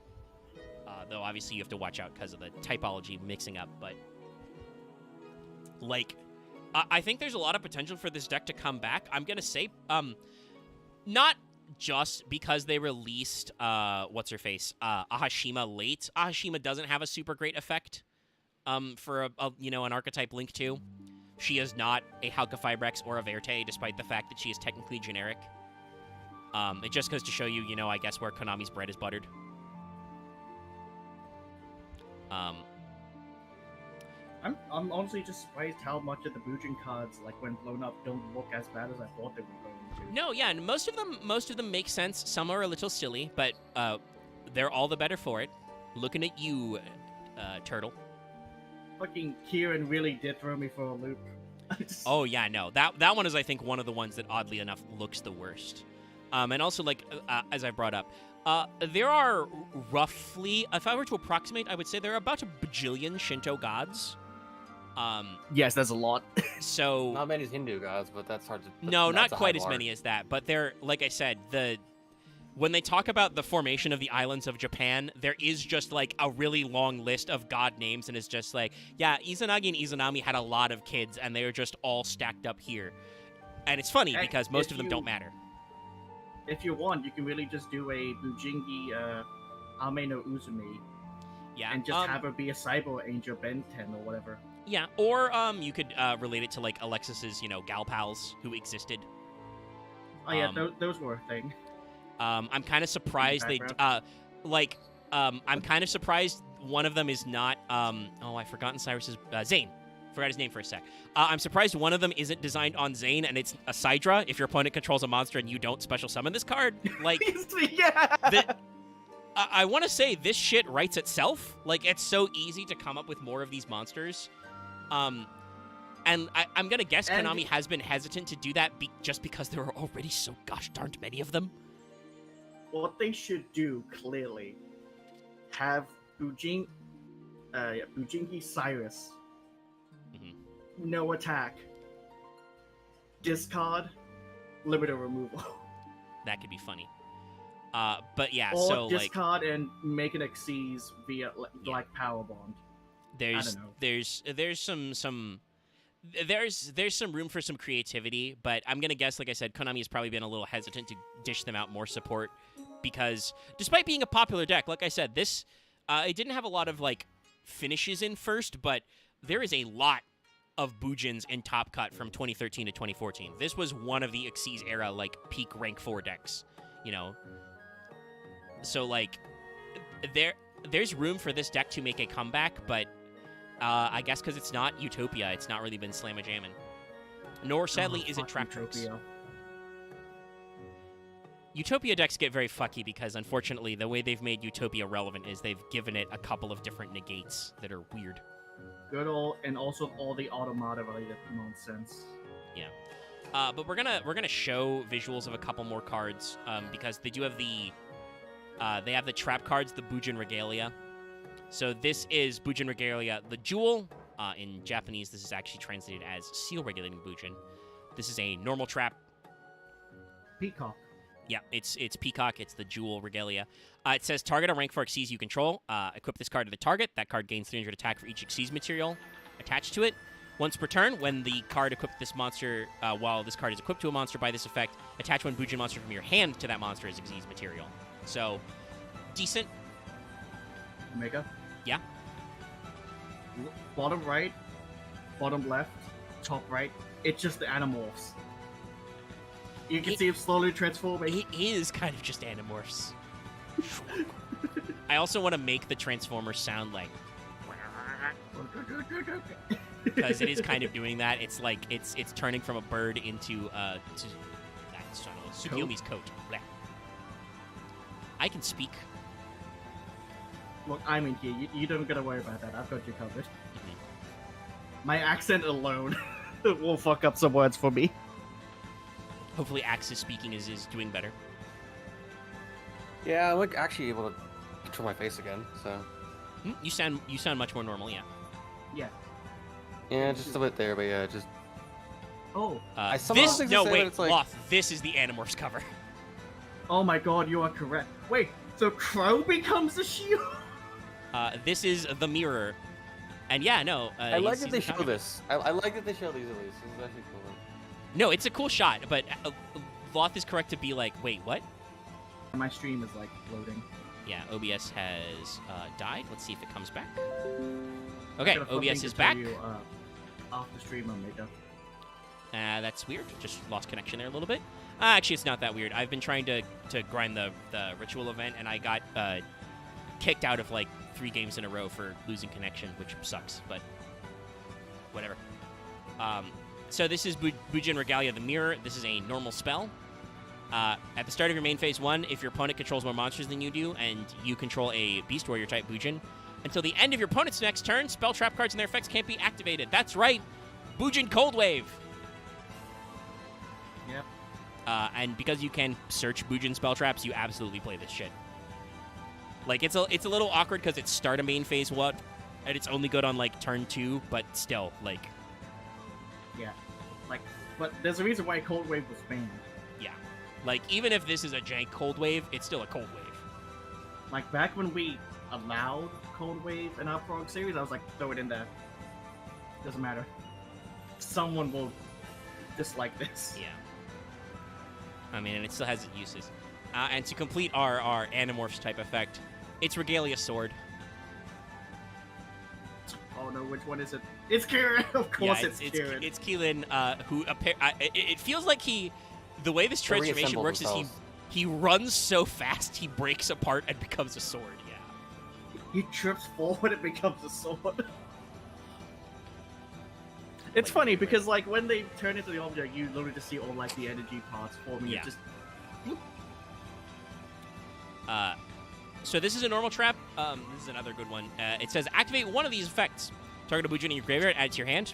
Target one of your banished Bujin monsters, put that card in your graveyard. So basically, this is a normal trap that lets you reload Bujins. If they're banished, put them back in the graveyard. It makes so much sense. The ripcord tail becomes the pommel. Yeah. No, it all works out. A little bit of thought was put into this. They do at least have the advantage that their bodies are all goop. And now, just because we have been going for almost 2 hours, I don't want to drag this out too much longer.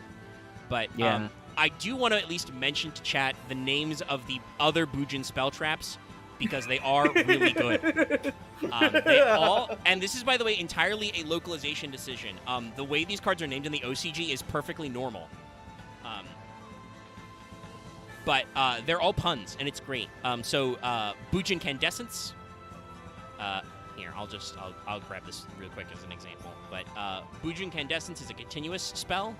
It shows, I'm pretty sure is that, yeah, this is like Ahashima, like banishing Hiruko. It does say that just Beast Warrior Bujins you control can't be destroyed by your opponent's card effects except during the battle phase. Once per turn, you can send a Bujin from your hand or face up field to negate an opponent's card. During your end phase, you can send this card to special summon a Bujin out of your graveyard. So just Incandescence was one of the cards that came out in Lightning Overdrive in 2021, so it came out with the new support. So it's a little bit of a Band-Aid card. Great name, though. We also have Bujin Carnation, which just shows Susanoo doing the transformation sequence. That was just called Bujin Advent in the OCG.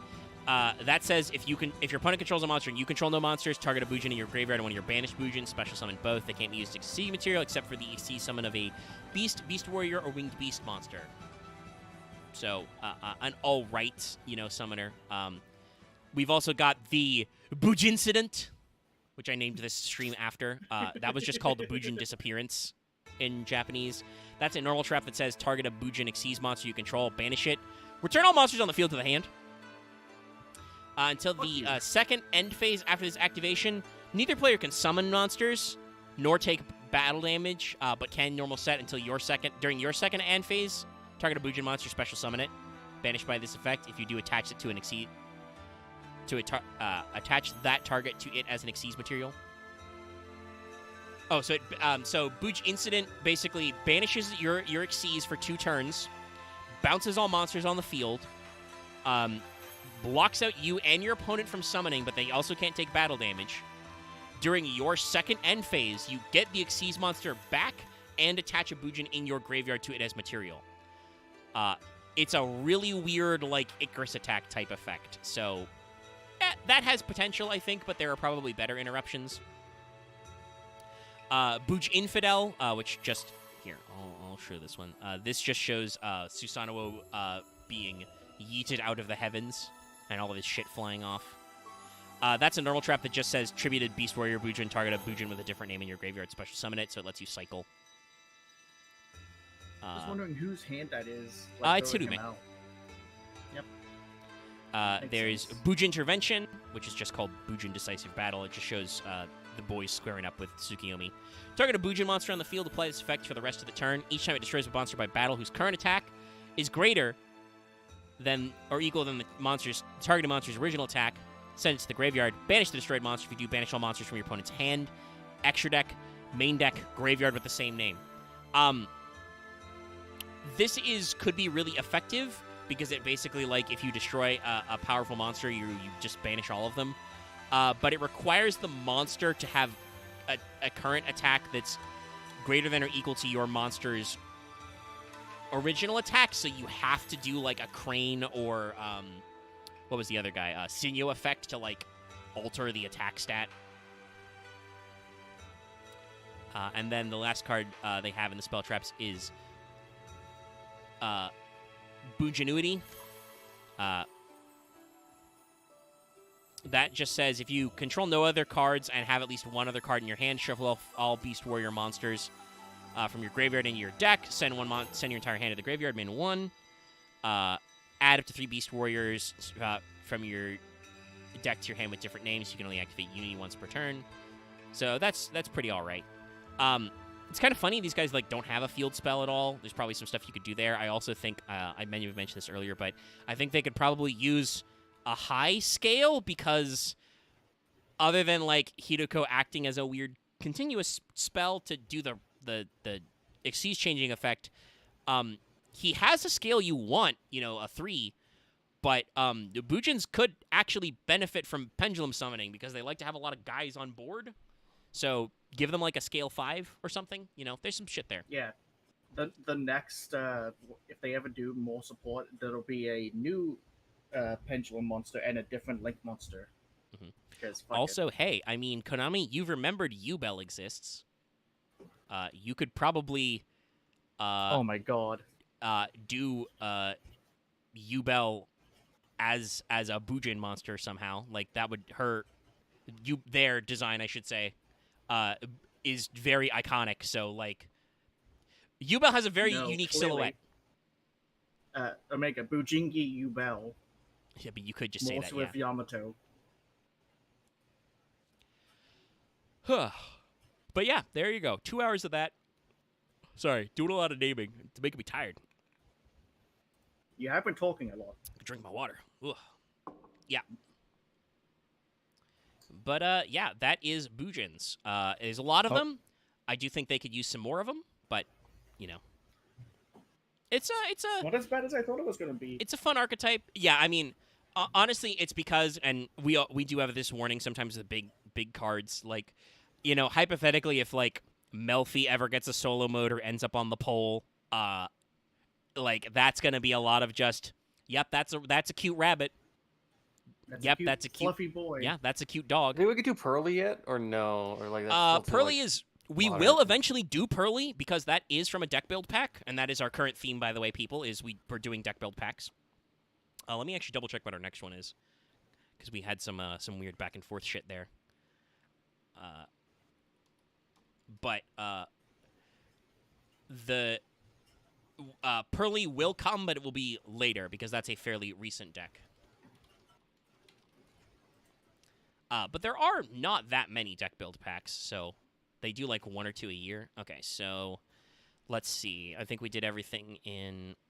We've had to do some back and forth tracking, so let me double check here. First deck build pack officially was Spirit Warriors. That was 6 Sam Magical Musket Weather. Yeah, we've done all of those for sure. Next was Fur Hire Sky Striker and Vampire. Done all those. Hidden Summoners is Nephthys Mayakashi Prank Kids. Yep. Prank Kids was, I believe, the last one we did. Yes. And then, so we were on Infinity Chasers. That was Infinitrack, Evil Eye, and our next episode next week will be Witchcrafter. So that'll be fun. They've actually got some modern support. We probably do Endymion and I think Magistus after that. No, we don't necessarily That's need not, to. Yeah. They are related. But fun fact, Axe, Magistus will come up later. Naturally, it's also a deck build pack archetype. But I feel like after Magistus we should do Endymion. We will probably need to put Endymion in there somewhere, because he is related to the lore. But God, there's a lot of those guys too. But hey, Loth will be hype. The deck build pack after Infinity Chasers is Mystic Fighters. That was Dragon Maid, which we've already done, Generator, and Math Mech. So get ready to do math in a couple of weeks, probably. Oh, yeah. Oh, my music ended. I remember. I can't remember exactly what it was. I just remember saying Omega telling me that, yeah, that's a math-related deck. I don't like it. I just said I'm in. Made a Yeah. math mech. I mean, I don't dislike Math Mech because they have names of math concepts. I dislike Math Mech because their boss monsters are fucking annoying towers. Good old Geo Final Sugma. And funnily enough, while Thank you, Architect. Yes, While- it is just math balls. while MBT called it Math Mech, and it does use Math Mech cards, it is very interesting that after just the support in the latest selection pack, the winner of the latest MCS, first of all, it was the user I Wish I Was Dead, who you may know from some pretty funny deck brews in Prog series and other stuff out there. But it was Cybers. Didn't he do some Junior Journey? Yes, Yeah. he also did some Junior Journey brews. I think he's helped. I think he may have advised MBT and Douglas Zeef on some Master Saga brews. Also, by the way, the season of Master Saga with MBT is over. You should check it out. It's pretty good, like in total, if you haven't watched it. Doug, I think got drunk on Fable too hard. Yeah. It's like a fucking drug for him. I mean, you know, he managed to pull off some stuff, but that was the I'll ones have that a MBT look won. at some But, point. Yeah, check it out. It's a fun one. But that means that MBT will be going back to Master Roulette, which I think will be also fun because MBT is just the king of limited formats. He just does some of the wildest shit with so little. No, I think he likes limited formats. I think that his main problem is that Konami doesn't officially support any limited formats after battle packs. Yeah. And I actually, by the way, at Master Duel had a general gameplay survey. I did actually put in the suggestion box that they should include some kind of draft mode to Master Duel. I think that would be fun. So the last thing to do before we go is remind you about our Patreon poll. The Fail Portrayal poll is up. It's about a week old. Axe, you can be happy with a firm lead. No weird ties coming in, it looks like. Spiral is in the lead with only 4 votes. There is still about a week left. Break the rule of ties because people can still meta that shit. Well, if they want to meta that shit, they have to actually go and vote in the poll. So there are 7 days left. So if you want to try and wiggle some stuff, but the only I reason don't. why they would do that is just to spite you, though. And I don't think they will do that because in general, there are 7 total votes. Most of them are for Spiral. So I think in general people are only voting 1 at a time anyway. And then Fire Fist, which was my pick because we did Fire Kings last. Gimmick Puppet, Viacroid, which was Marth's replacement pick for Fire Kings. Those all have 1. Loth, I'm sad to say Trap Trick is still at 0. Sag. Hey, no, that's fine. If they don't want us to talk about possible dangerous lollies, that's fine with me. The lolly part is fake. Trap Trick has such good art, though. The artist for the original Trap Tricks also did cards like Droll and Lockbird and Knight and Sorcerer. Welcome to She's Trap really Tricks. good. Please take a seat. Also, yes, by the way, we know who drew Trap Trick artwork, and it is a woman. It's one of the few cases where she is a doujin and fan artist who sells her work, so we can she's got it on her resume. Anyway, Spiral is winning, and yes, one of you could probably find some way to fuck this up, but I dare you to try because that will mean more votes and more click-throughs on our Patreon. So check that out. Engagement. Strictly speaking, Axe, you brought it up. The way I've phrased it as if a tie is forced, that's I just go full goblin mode. I don't know. I may go goblin mode that Spiral wins anyway. People then just. People like to challenge me to goblin mode, but I don't think they actually enjoy it. They think it's going to be funnier than it is. But you can't become Goblin Joe. He's the lord of the Goblin Hovel. No, I can't become Goblin Joe. Can I don't have a throw hard him luck. into the pits? No, it's fine. We are ending, though. Do check out our Patreon. Watch yesterday's Final Fantasy VII stream if you didn't. Cloud learns how to high five. Watch tomorrow's Final Fantasy XIV stream, which will be about something in Shadowbringers. So it's good, I guess. Wahi, the word of power. I mean, I may you actually ended get it to on a Wahi. great note. Yeah, no, we've got some good shit. My quest marker to go take a nap is still there. And the reason why I haven't completed that quest is because I'm every single time I've gone back to my room to take a nap, Arbert has decided to talk about some shit. So I'm wait, I can't do that. I can't do that off screen. Get out. He's gonna get me, so Omega, we're waiting. Yes. I have an idea for what you do for the stream title, but I'll do it for the stream end. Okay, thank you. We will talk about that later then, yeah, because I'm not actually sure what I'm going to call it. But keep your eye out for that. And if you did somehow miss it, because I did release it late last night, the Wanted for Okuni is out. If you want to check out some more, Japanese culture-themed things, maybe learn a little about kabuki theater. So that's going to be it for me. Don't forget to give this video a like. Leave your comments later if you want in the comments section. Make your suggestions for what GX character should be turned into a Bujin. Make sure to sub and ring the bell. You can check out our Discord if you want to get in on that sweet, sweet Yu-Gi-Oh! Talk in action.